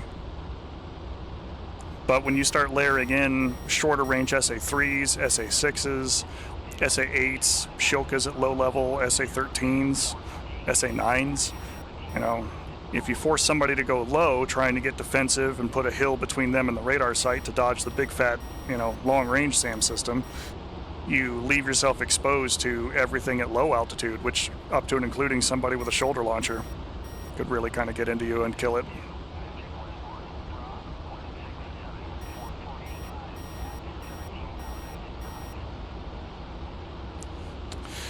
We'll talk a little bit about the Sparrows here shortly. We did a successful attack against a MiG-19 earlier, and we're going to come out here and we're going to do it again here in just a bit, try and knock down his friend. From Mukau, welcome to the chat, and glad you picked up the Phantom. Nice aircraft to fly. I have a lot of fun with it myself. There's a free movie that you can watch. It's an old TV movie from 1980 called Red Flag: The Ultimate Game with Barry Bostwick and Willem Devane. which details a red flag scenario circa 1980 with the F-4 and the F-5. And that line's in there, you know. The F-4 is the United States gift to the world. Given enough thrust, even a brick can fly. It's George Coe, I believe, is the actor who says that line.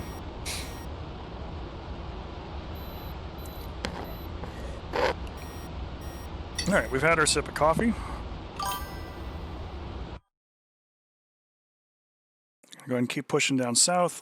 The general fighter patrol area that we're looking at, that we've already punched a partial hole into, is right about in here, just east of Hanover.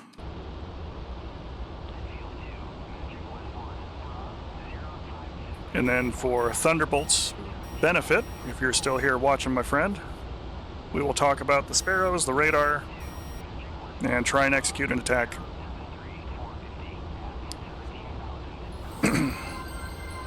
Appreciate the follows there too, folks, very much. Keeps the channel moving.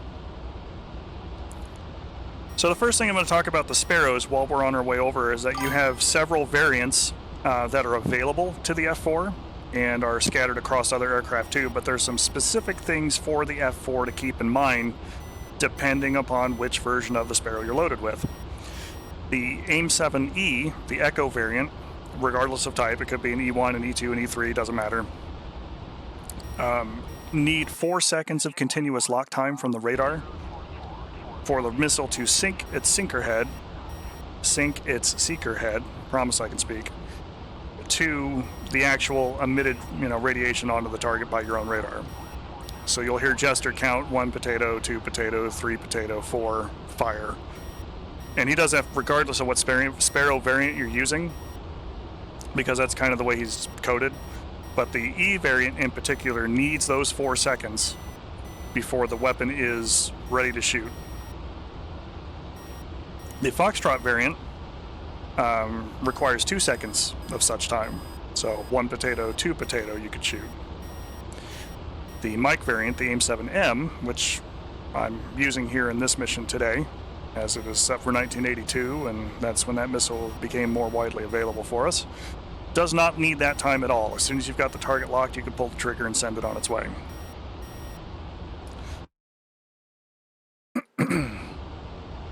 That's kind of the first thing. The second thing we're going to talk about, especially like right now while we're just kind of cruising, is you got the radar display. It is sweeping left to right and back again.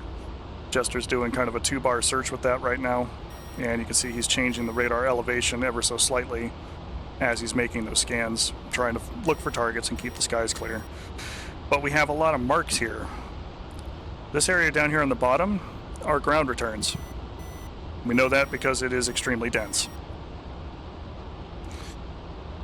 The rest of these areas here, though, where we've got all these little flickers, are false echoes, which could be a result of either the main lobe of the radar or the side lobe of the radar picking up ground clutter from other aspects of the system. And since the F-4 does not have a pulse Doppler computer or anything on there to filter that out, you are getting all of the information at once.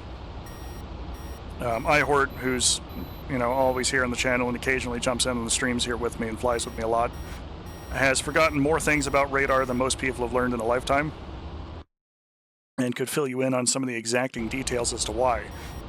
Not necessarily necessary for understanding how things work in DCS, but do keep in mind that Heapler has modeled those things, especially with the F-4, as close as they can, which is why you get all these little flickers, because those are all of the false echoes that you're getting, which can be confusing.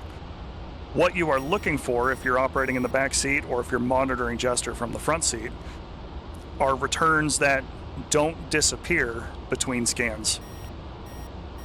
That is usually an indicator of a real target or a real radar return.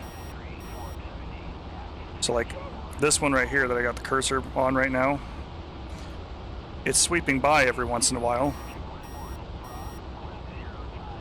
and it's fading in and it's fading out. That is a false return. That's not real. But as we turn around and actually start tracking one, let's go ahead and communicate with Magic first and ask for bogey dope. which is going to tell us where the nearest threat he can see is to us.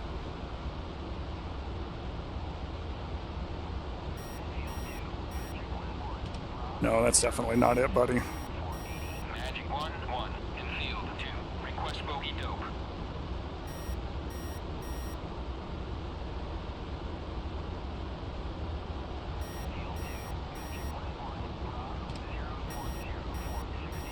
I know we got targets closer than that. 1-1 in field 2. Request bogey dope. They could be flying a beam to the AWACS right now, though. So we'll hunt for them ourselves.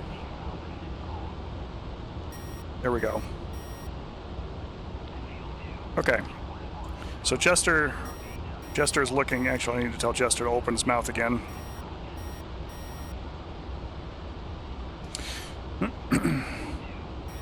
He lost him. Because again, he's... Pause here for a second. There is one concept that we do need to cover here right before we get into all of this, and that is how a target maneuvers and moves is how sometimes it feels like the radar just mysteriously lost a track, lost a target. And that has everything to do with the fact that if the target is moving towards you, it is giving you a nice strong radar return. If you're flying an aircraft that has a pulse Doppler filter, it is outside of the speed gate for the aircraft's radar to go, that's the ground. That's a real target, which is basically how that works. It filters things out by going, if this target is moving at exactly the same speed as the aircraft, it is most likely a ground return. Forget about it. Don't look at it anymore. So when the aircraft is flying straight at you or straight away from you, and the speed differences are significant enough, usually the radar can figure out which one of those things is the real target. If they're flying a beam to you, or in such a way where that speed is underneath that threshold for the range or the speed gate for the aircraft, you're flying in what's called the notch, which is where the aircraft goes, yep, that's probably a ground return, I'm going to forget about it, drops the lock. The F-4 doesn't have any of those kinds of filters, because it's an older aircraft. You're getting all of the raw data from the aircraft itself.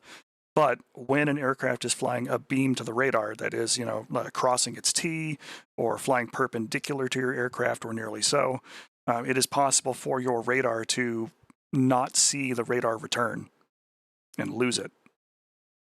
Depending upon the orientation of the aircraft, the size of the target, whether it's edge onto you or not, all of that energy that you are broadcasting needs to have a strong enough surface to reflect off of it for your radar to interpret that as a signal that it can latch onto.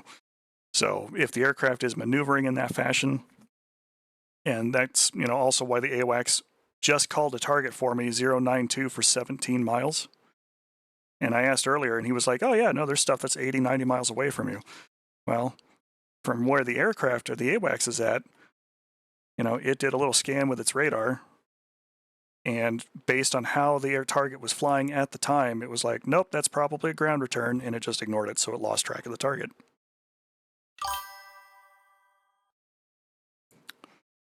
So we're going to go ahead and unpause, and hopefully Jester's going to pick up our target here again within the next moment or two, and we'll try and engage him with a Sparrow. Yep, he's got it.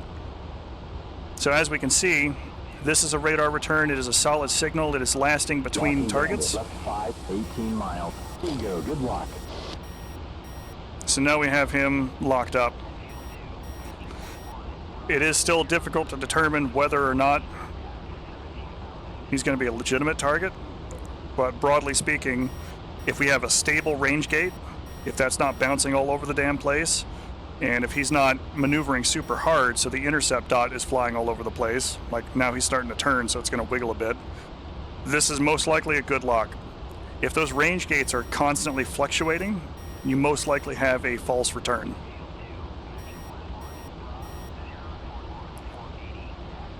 And those range gates, that's kind of that equal bar down there on the bottom. Those are set by the Wizzo. Jester will try and set them for you a little bit better. But he's not perfect. So, we're going to try and fly the intercept a little bit here, which is that dot. We're going to try and put that in the center. And he's seen us, so he's starting to turn to look at us. Now we're in range. Master arm on. Fox 1.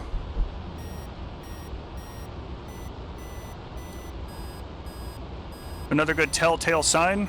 And That missile's tracking. nails, It turned. 12 And we can see o'clock. our target out here off the nose. Missiles pursuing.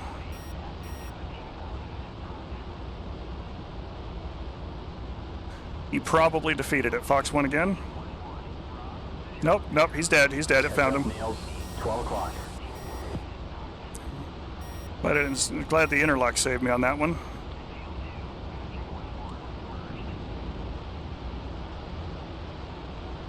I'm just going to make sure he hits the ground. He's going in peace. Oh, Returning to regular stamp. We've got nails, 9 o'clock.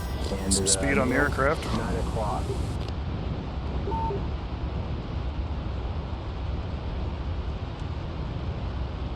It's all right. I think we can probably clip that one there for you.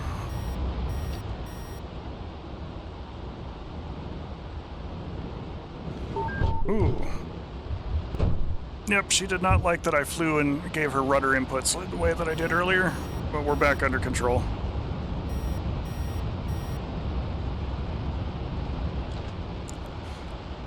All right, well, we've got more farmers that are out here. And we got some fish beds that are out here. Back to standard scan pattern. And we got some gas. So we'll go through and we'll do the fight again. No problem.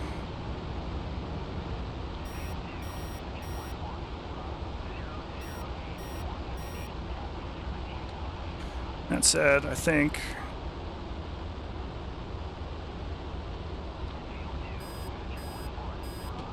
All right, those are some nails, 2 o'clock. And, oh, nails, 2 o'clock. I think our compass might have broke on that maneuver. So we're going to go to standby mode, I suppose. Alright, so we got some nails off the nose.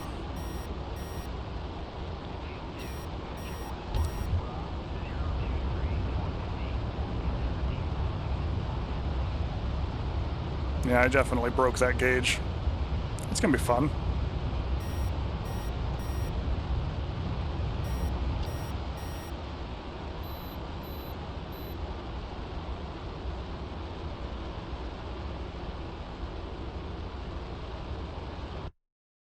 Kind of cruising northeast. See if we can come up and against another group of fighters.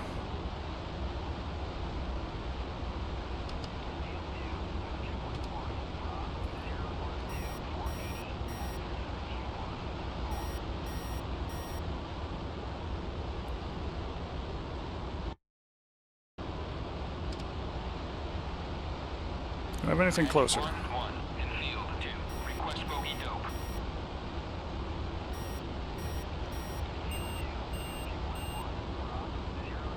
Oh, mud, 10 o'clock. SA8.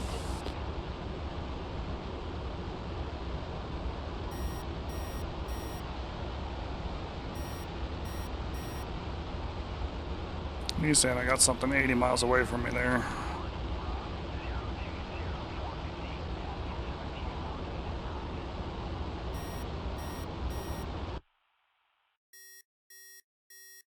Objective, yeah, that's a train strike, okay.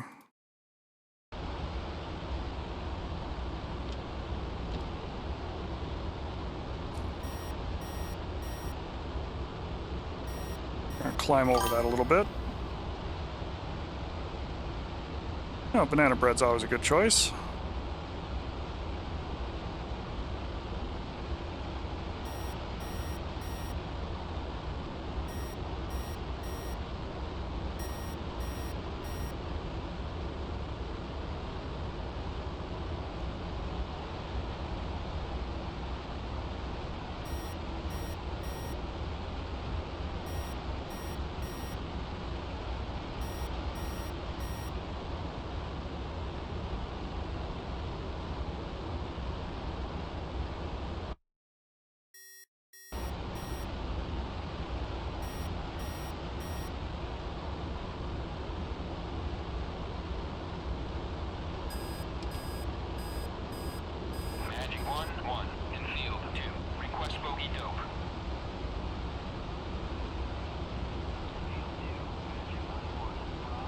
144 for 35 miles. Let's go see if we can pay them a visit.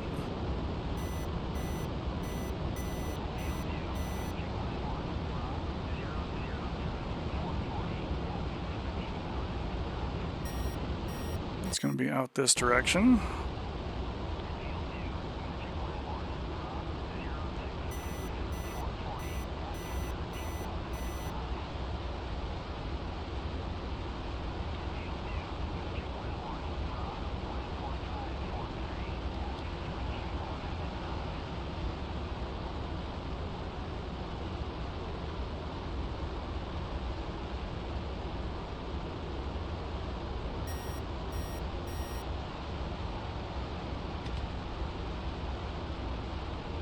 Magic 1-1, infield 2. Request bogey dope.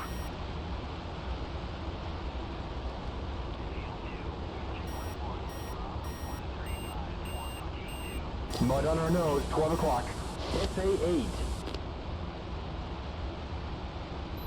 8. Should be out here somewhere.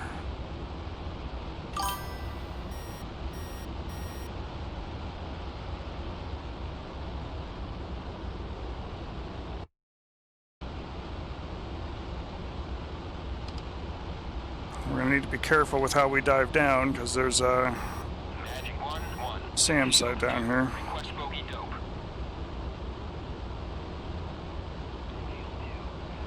New bogeys. Let me see if they're ours.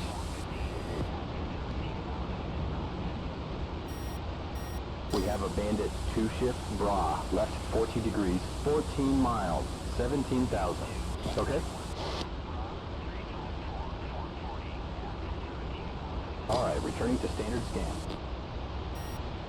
Roger that. Locked. 1 Mississippi, 2 Mississippi, 3 Mississippi, 4 Mississippi, shoot.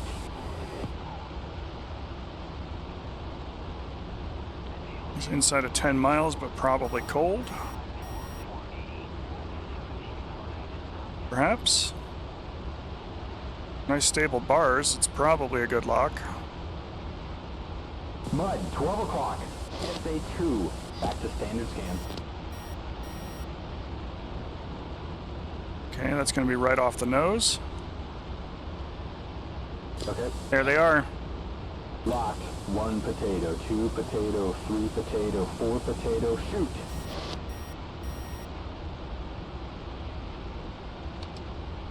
Interlock out. Fox 1.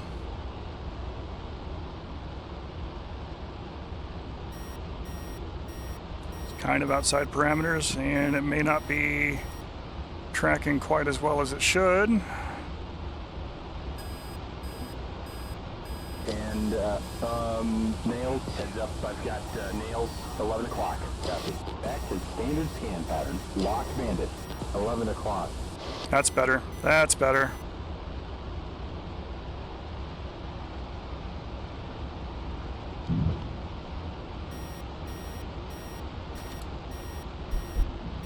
Fox 1.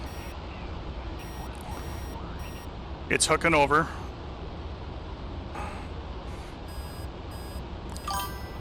Got him. All right. Enough nails on the nose. We've got a Bandit, fish bed, 12 o'clock, 3 miles, and, nails. Oh, shit, lost a lot. Returning to regular scan. Yep, you sure did, Jester.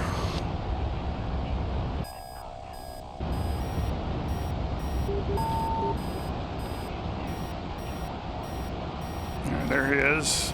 He's in the sun.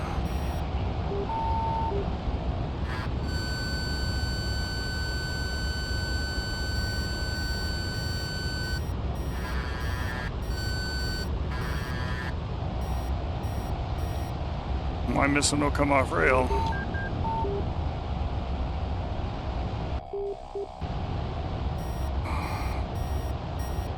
Okay, sanitizing the sky again.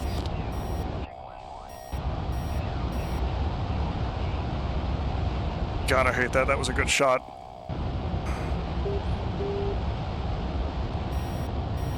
We have a Bandit, fish bed, 12 o'clock high, 1 mile.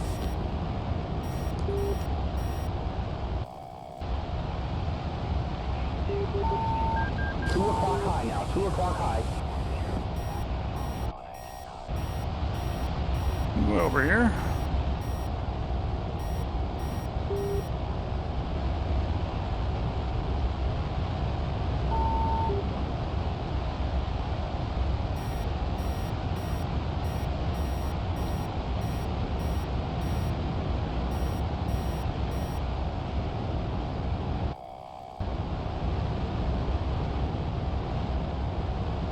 Now is not the time for my track IR to try and think my head needs to be positioned in my lap.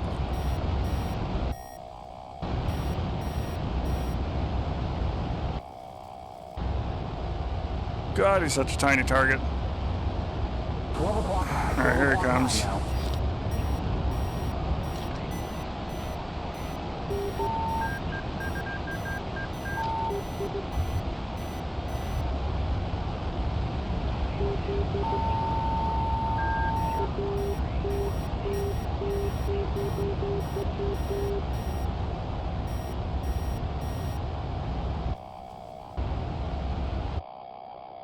All right, let's push out west and get out of him.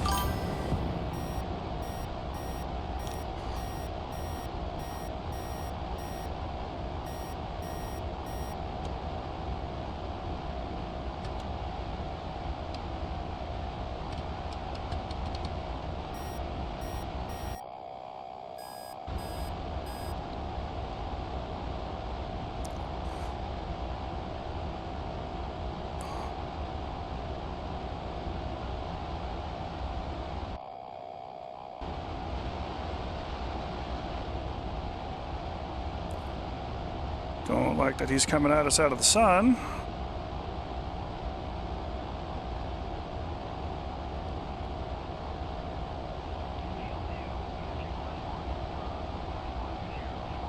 But his radar is worse than ours, so at least won't be able to hit me with an R3R, but the R60s could be a problem.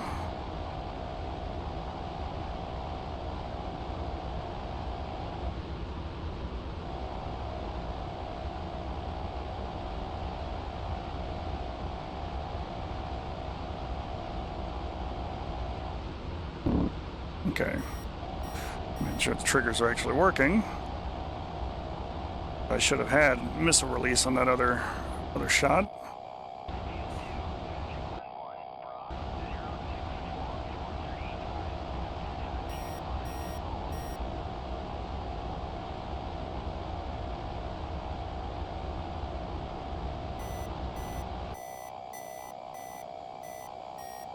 He's still back there.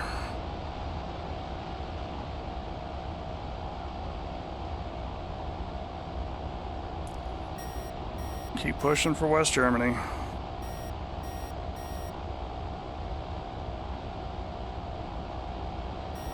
Mud, 12 o'clock. AAA. Yeah, that's comforting.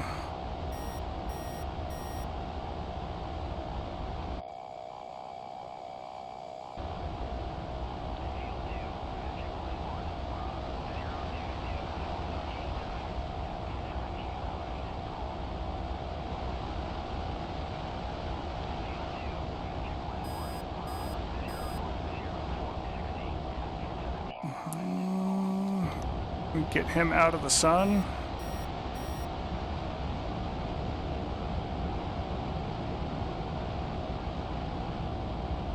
That would be nice.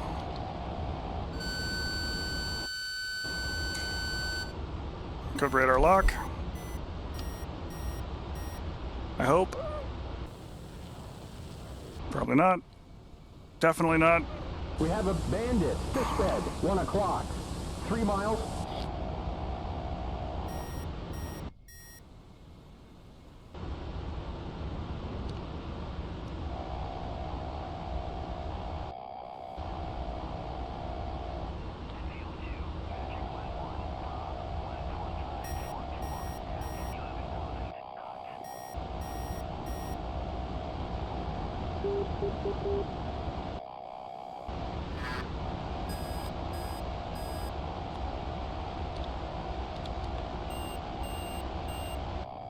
Yeah, that's mud. 4 o'clock. SA8. 9 o'clock high now. 9 o'clock high. Yep. We don't have the airspeed or the gas really for that fight.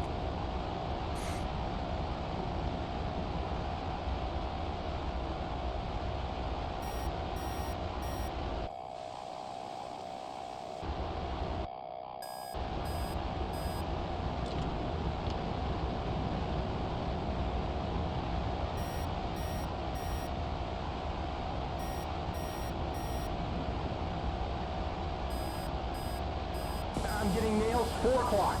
And nails 4 o'clock. There he is.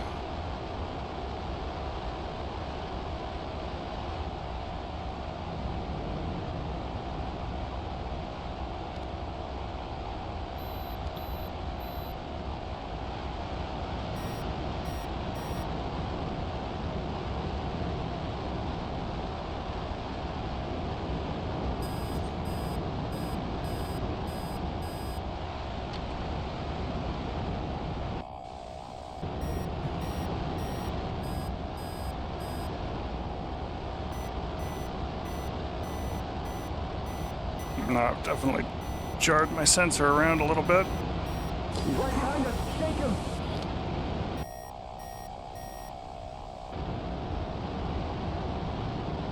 Four o'clock now.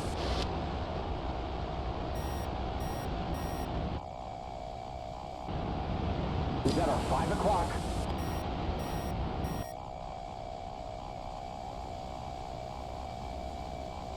Four o'clock now. Let's see how badly you like low and slow, buddy. Let's turn the tide, man. Shit, he's on our 6.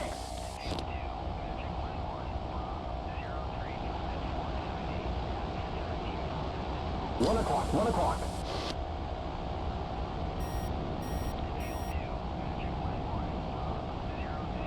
We got our 10 o'clock.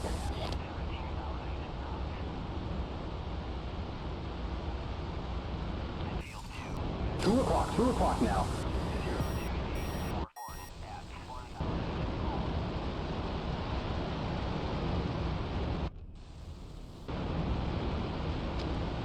Come on.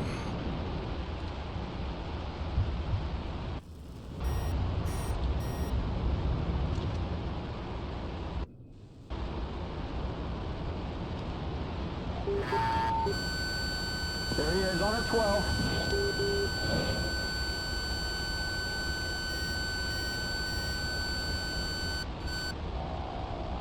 The bandit is down. Needed to hold the trigger longer, apparently. Okay, he's dead. We got 1,800 pounds. So make for Hanover.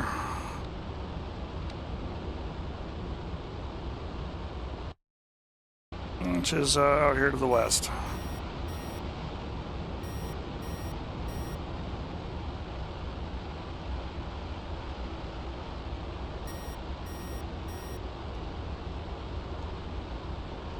Navigation is more than a little borked. Let's go ahead and tune to Wunstorf, which is going to get us, broadly speaking, where we want to go.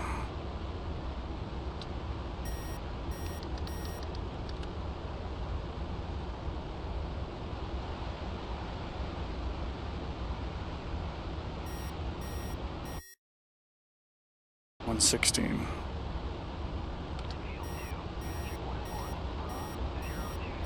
Oh shit, we've got mud. It's 5 o'clock. AAA.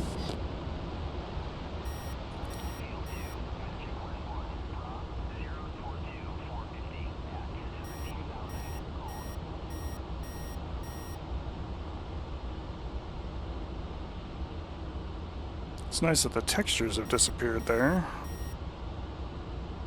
Should reload here in a minute. Fuel check. How are we doing? We're all looking awful, Jester. Okay, where would you like to go? Okay, where would you like to go?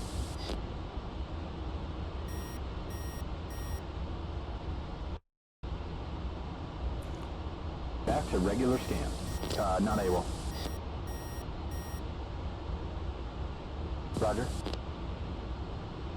Diversion steering set.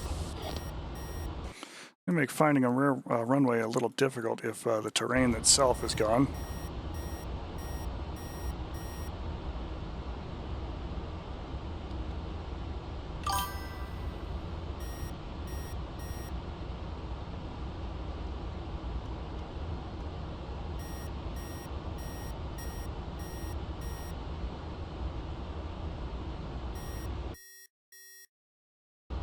Oh shit, we've got mud. It's 5 o'clock.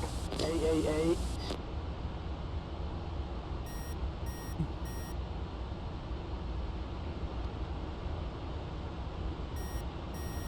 Okay, real interesting that the textures haven't loaded.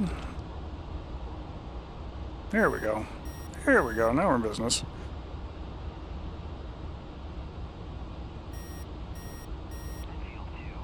Mostly.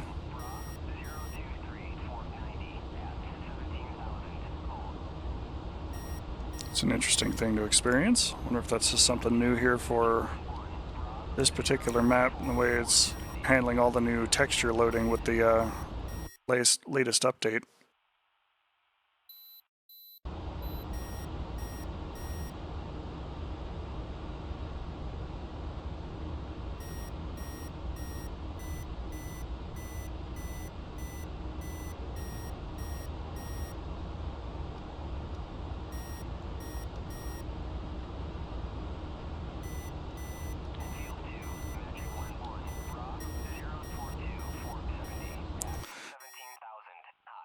That should be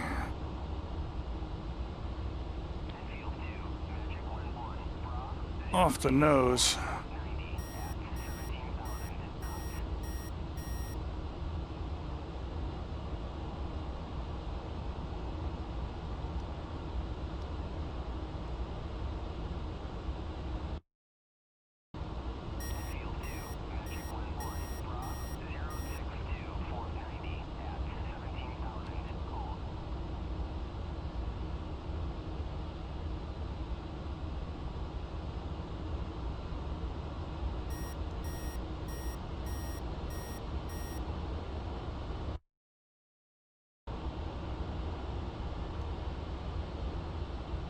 There it is.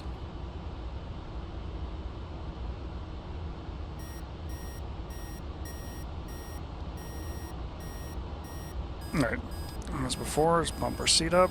Heads up, nails 5 o'clock. And nails 5 o'clock. Keep on keeping on as we align here for the runway.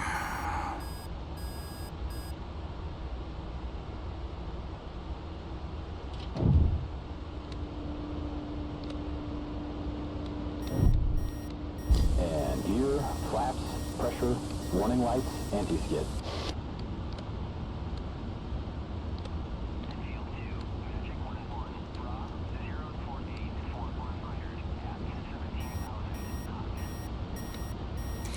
One of the things I do enjoy about the Fighting Falcon is the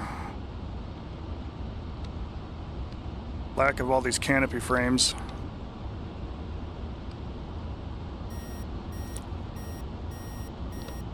If I'm scanning for aircraft, in F-4 it's hard not to do the padlock approach to try and find the target.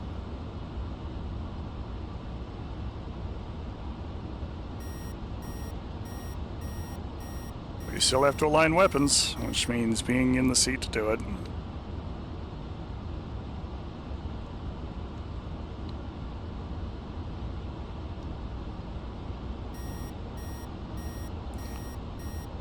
Alright, we're going to be super floaty, but we'll probably have more gas than the last time we came into land.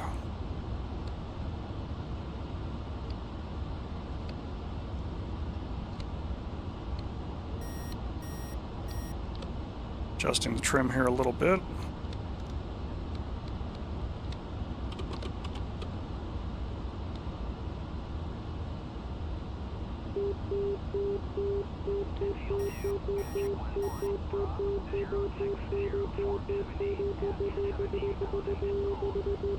Get a little closer to AOA.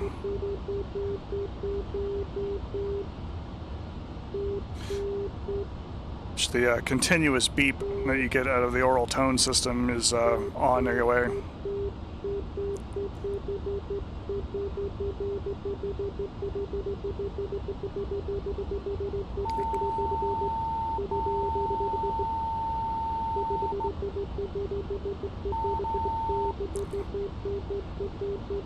It's pushing us a little bit.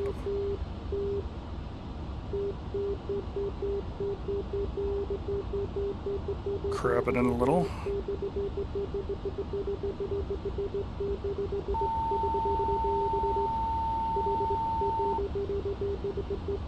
See if we can get 2 praises out of Jester today.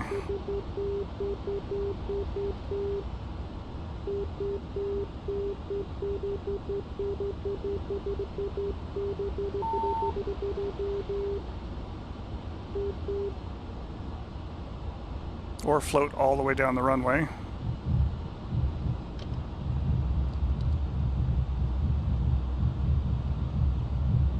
Smooth landing, nice.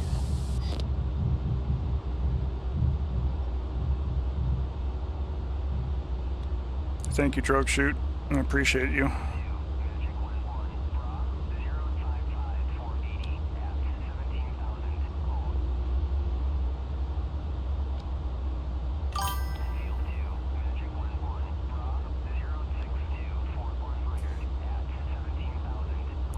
This is a very enjoyable set of flights that we did here this morning for Pilum Teaches DCS, featuring the F-4 and getting in and doing the business.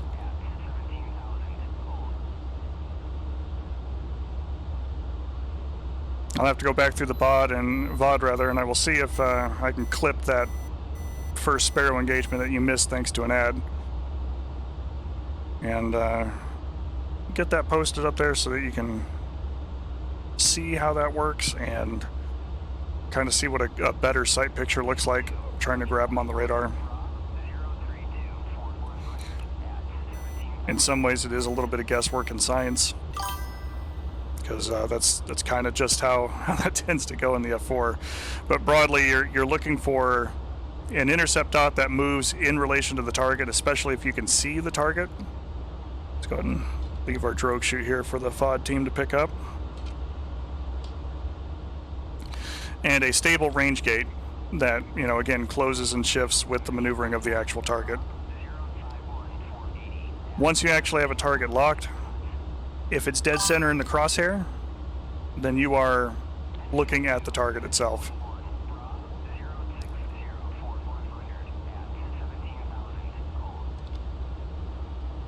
Elevation might be a little bit different, you know, it could be higher or lower. But practice, practice, practice makes perfect, perfect, perfect. It's one of the things that we say a lot in Pantheon Initiative is that these flying skills degrade over time. It's easy for them to erode, you know, especially if you fly several different kinds of aircraft. Usually it's not so bad to keep yourself pretty current on a few, you know, so pick your favorites. But you know, if you go long periods of time not flying and not playing the game, or long periods of time flying a much more modern fly-by-wire aircraft and then go back to something like the F-4 or the F-14, you know, the first time you go roll into a turn and, you know, you're uncoordinated like a virgin on prom night, you're going to flat spin the aircraft, tip the thing over ass over apple cart, and find yourself into the ground pretty quick, as compared to a, you know, much more modern fly-by-wire aircraft that does a lot of the rudder inputs for you, and you're more or less just telling the plane, I kind of want to go in this direction, and it goes, yep, I will manipulate the control surfaces to do exactly that.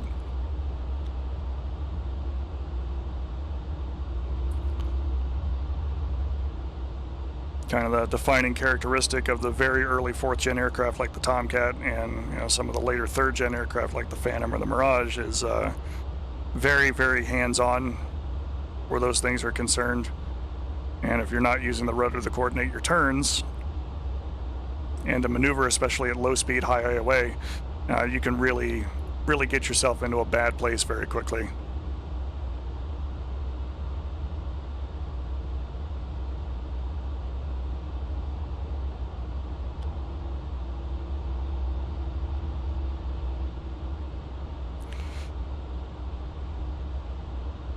I don't know if it'll actually let you post a join link there for me, Frost, but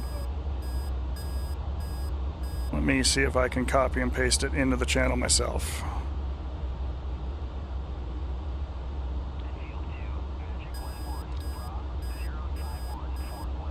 Once we get someplace to park. Pantheon Initiative servers are, a couple of them are open and unpassworded.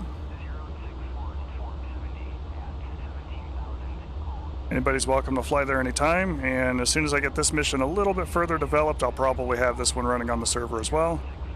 I know Nixon is working on a Cold War Germany mission as well. That'll be probably a little bit more rotor-centric, and as mine takes a little more time to build out. But I believe Nixon is also working in like the Frankfurt area, and I'm kind of working in like middle northern Germany. This looks like a good hangar. We'll park here.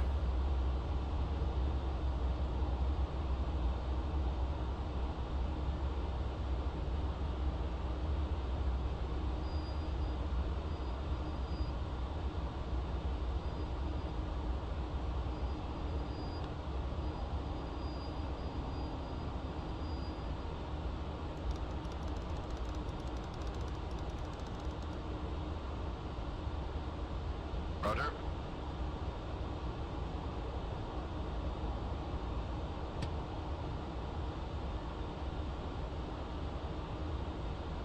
We'll chalk sir in.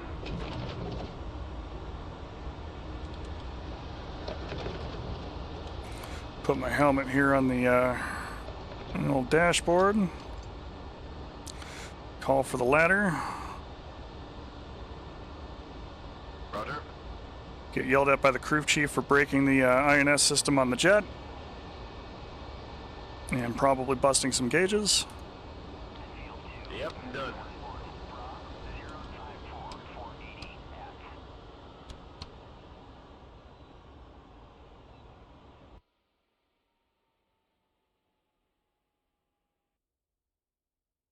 And we'll have a take a quick look at TAC view as well, which hopefully should be showing us some interesting things on the flight.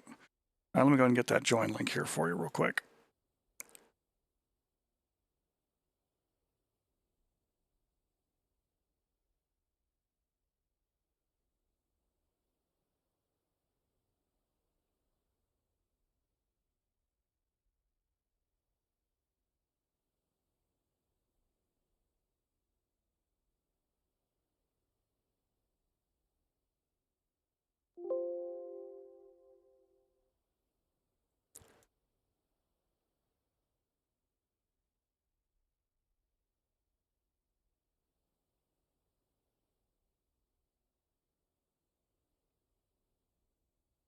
No, that's right. That's general. There we go.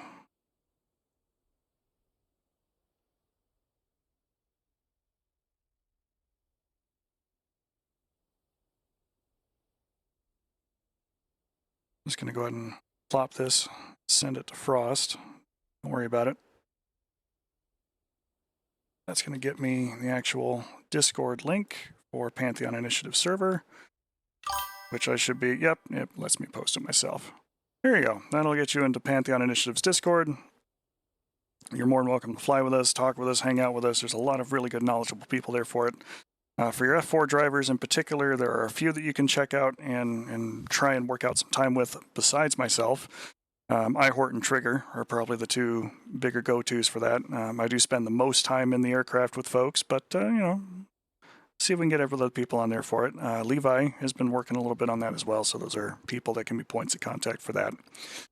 Having said that, though, let's go ahead and close out of this mission, and we will go ahead and fire up TAC view. And before we get to the end credits for today's stream, we will go ahead and review TAC view.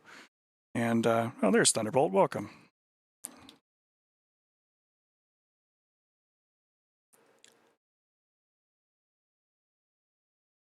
Love to see it. But we'll go ahead and we'll get into TAC view, and we'll see if we can talk a little bit about what all went on.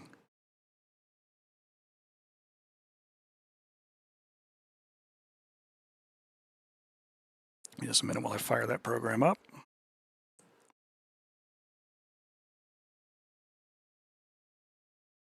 And then we will flip things over for the stream so that you can see it.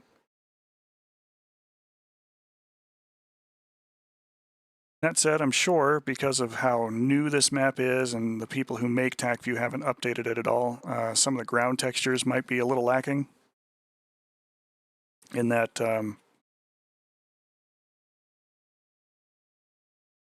you know, not even the low rolling hills have been updated yet. But we're going to talk a little bit about this program in particular and how it relates to my flying in DCS. And one of the things that I strongly encourage, because TACView is free. Anybody can get TACView. It is a mod of sorts that integrates with DCS. It also integrates with Falcon BMS, IL-2, Battle of X, you know, Stalingrad, or whatever the hell it is that they're doing now, the newer IL-2 game. And what it does is it takes telemetry information generated by the game and puts it into a format that you can see. And gives you a bunch of information. Now, the server has to have some settings on it. Ours do too. Oh, nice. Glad to hear it. But what TACView allows you to do is look at what happened in a flight, and as long as the server is allowing the export of that data, which some PvP servers will have a 10-minute delay on them, so if you want to see that last fight before you got shot down, it really guy's going to wait in the server for 10 minutes while it gets that information and allows you to be able to see it. And that's to prevent, people from cheating. Because you could, in theory, pull up TACView on a separate monitor and go, where's everybody at? What's going on? Where's the fight actually happening? And then go, oh, aha, I see. And go from there. But we're going to go ahead and review our flight here today. And one of the things that I like using TACView for, even on little assignments and missions and pickups like this, is looking at my own performance, giving myself an honest critique, because I can't hide from myself in TACView. And I can make all the excuses in the world and go, I choked here, or I missed this, or I missed that, or, oh my God, why is this doing this, that, or the other? But what it will let you do is if you're flying along in DCS and all of a sudden you just get disintegrated by something and you're like, holy shit, why did I just blew up? The server admins just hate me. And then you go and you pull up TACView and look at it and realize that, you'd been trailed by a MiG-29 for the better part of 5 or 6 minutes. And, he didn't hit you with his radar at all. He just got close enough to give you the old 27 ET in the ass. And that was it. You were done. So you can see those kinds of things. And kind of play it back either in real time or accelerated time. We use it for debriefings a lot in Pantheon when we fly either training sorties or actual missions and everything else, just to kind of review and see what's going on. So we've got our AWACSs that are out here. We've got a lot of our different target areas that are all up. I think I can actually move the SAM site closer, because I kind of want the SA-5 in the backfield to be super threatening. Annoying, not so threatening that you can't get in and do anything, but at the very least annoying. So our first group that we got come up here is this group of MiG-19s. We'll double click on them. There's a 2-ship there. I have the expanded, artificially expanded scale up, so you can kind of see things from a much further distance. But what we can see on TACView here is we've selected both aircraft. Is a bunch of information right out the gate. This little pink line that's extended from the aircraft will change colors as I load G on the aircraft or unload it. The solid blue line is the true flight path of the aircraft, projected a few seconds ahead of the aircraft. The dotted line is the nose of the aircraft. And since I'm the host, you also get to see where my head tracking is looking, which is this teal line with an X on it, is roughly the center of the field of view of track IR. Because I have another target selected, it's got a green line between it. It means there's clean line of sight between me and the target. I honest to God don't think there is one that I can look at here that will have dotted lines, but it'll show a red dotted line. Oh, there we go. That'll work. It'll show a red dotted line if there is no line of sight, or if line of sight is broken between you and the intended other object that you're looking at. But we can also see their information as well that's been provided, which is sometimes helpful. So for this fight, we were tracking these two MiG-19s for a little while. and they turned. I lost track of them on the radar for a minute and then picked them up as they started going the other direction. They turned into me. Now I know exactly where they are because they're nice. You're coming in all nice and bright on the radar display. Very solid. Jester finds them. And I get the first guy real quick. Lock him up with the radar. Missile comes off the rail. It fails to hit him. He maneuvers in such a way that the missile loses sight of him, so he dodged it. But I had him held up, so I gave him a follow-up, which knocked him down. But now I'm in the merge with his friend. This point right here, I kick off the fuel tanks that I was carrying. I wasn't configured for air to ground, but I did have extra gas on board. And he takes a shot at me with an R3S, which fails to guide. Which makes sense. It's an AIM-9B. It's got a pretty narrow field of view for the seeker head, and he apparently pulled the trigger too early. He then decides to give me a gunshot and another R3S. So at this point, I've watched both missiles come off his rail. I know he's empty on those. All he has is the gun. So I figure, okay, I can get a little more aggressive. We'll roll with him here. Kind of come up into a scissors. The MiG-19 definitely has me in the turn fight. He does not have me in full-out top speed. Didn't line up for a good gun solution there. You can even go into the cockpit, which will follow the head tracking a little bit.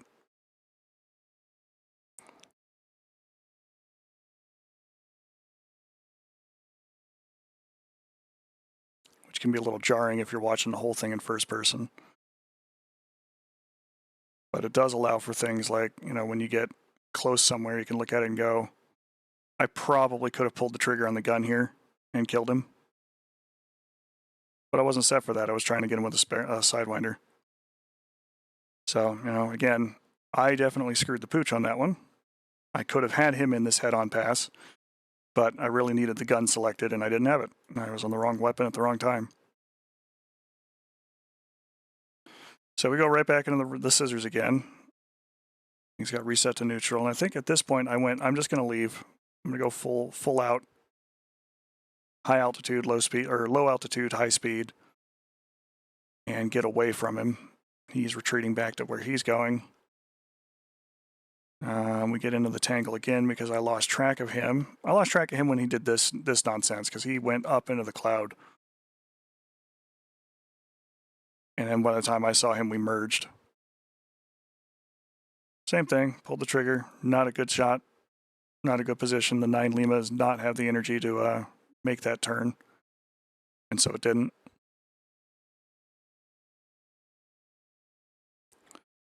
Even back and forth. I'm trying to push him a little bit slower while trying to maintain near corner speed for my aircraft. So I can try and get as much maneuverability out of the machine as I can. But fuel's starting to become a concern. Figured this shot was probably good, but 9L didn't do it. He cut the corner too much. This is what I wanted to see. I wanted to get back in here because I took a gunshot at him. I want to see how close it actually came.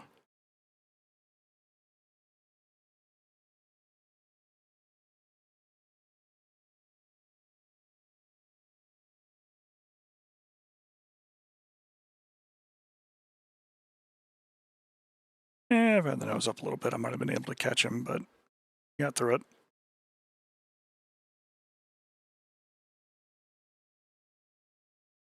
Back to the head-to-head. And again, I leave. Goes back home. And go to try and find him again.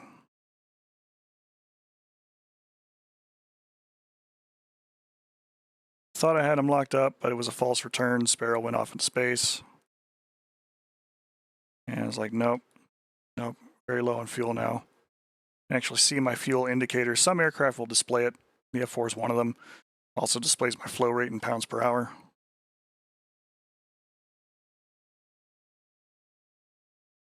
So we separate from that fight, got 1,000 pounds left in the jet. There's a runway down here, I promise. And we'll probably see that very soon once attack view updates. Parked. Get fuel back in the jet. Flow rate's really good. Off we go. Now this was the bombing sortie, which I think is right about when some folks joined to watch. And we're going after this EWR site.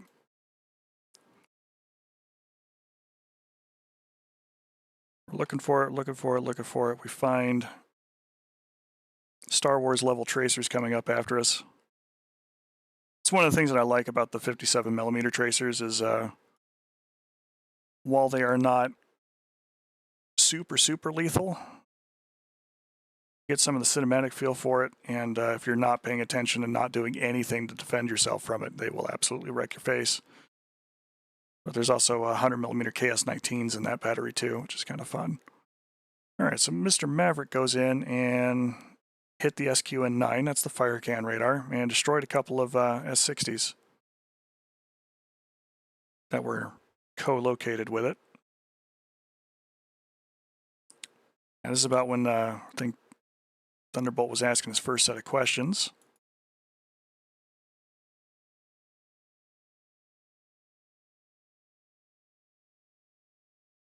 We're coming back in on this site. Trying to do a loft shot with the Shrike, but we are unfortunately... Oh no, that wasn't super far. Oh yeah, it was. Under 7 miles.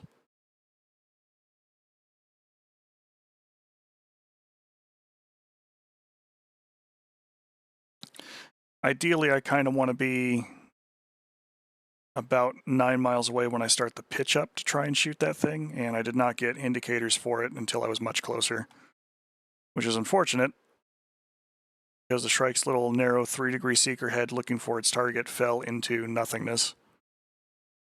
But it passed directly over the SA-8, so if I would have been in the right range band for it, there's good odds it would have fell on it and killed it.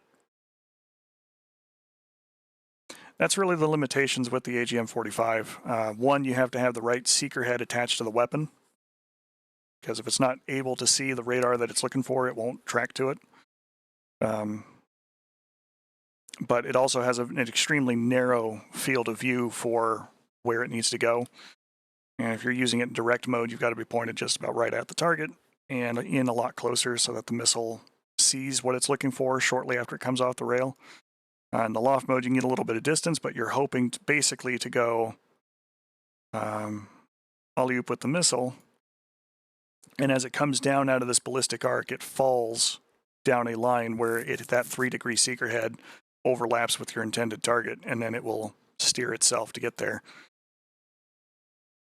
Boop.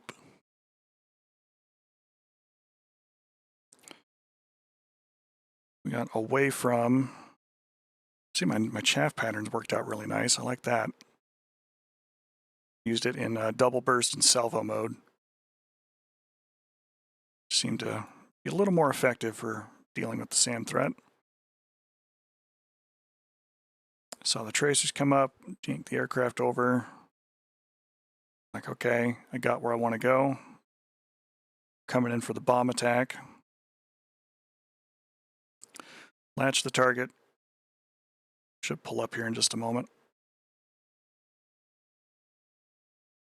Those came up, M117s go out. Rolling.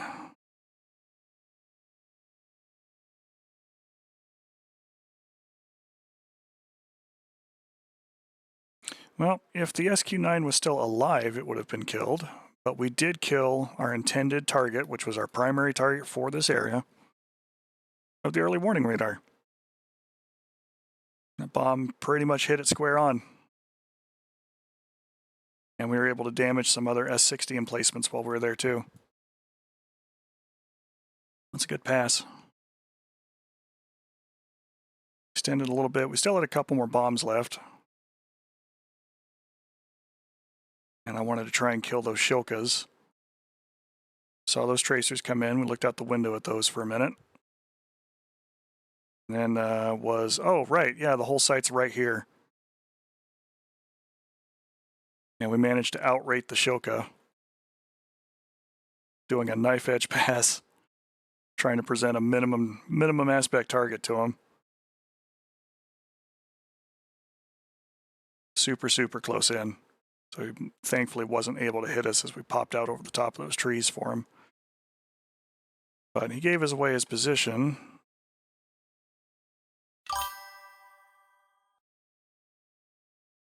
Oh, if your ass isn't puckered in the seat when you're flying the F-4 over a target like this, you're doing something wrong with it.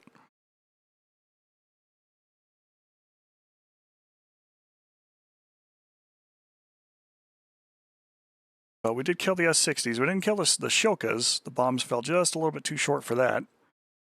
But we killed some co-located anti-aircraft defenses. And at that point, it was time for us to go home. Or not go home. We went and we got gas.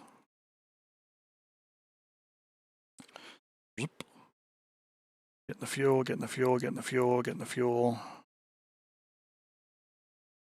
Got the fuel.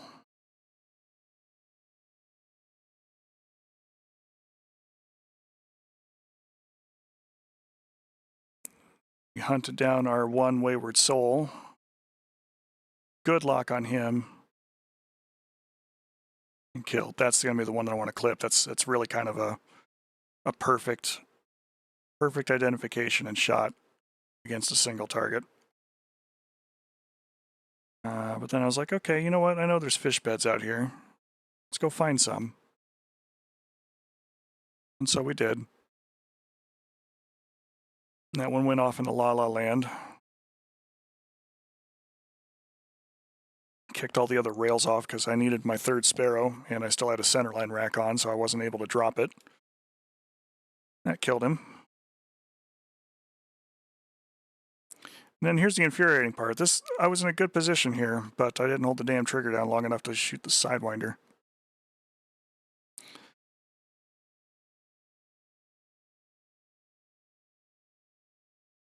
Oh, he's trying to draw a lead on me to get a better missile shot, and he just did not.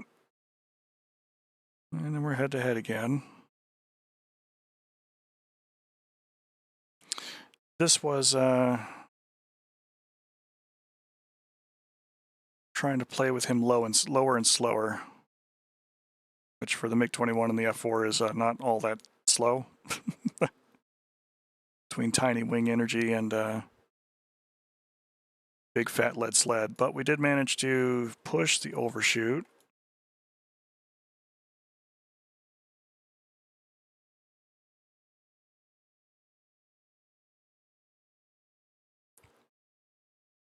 Put himself in a bad way. And I didn't mean to double pump him with the 2 Limas, but take that.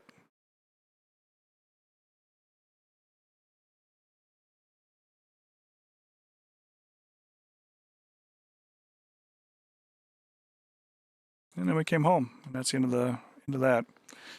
So again, TacView, very good program, very useful for being able to assess the flight, look at stuff, get a feel for what was going on. Watching some of the things that happened in those fights is kind of a, eye opener for like, yeah, I definitely fought this one wrong, or, hey, I fought this one right. But overall, it was a great flight. We got through, we've attacked some threatening targets there.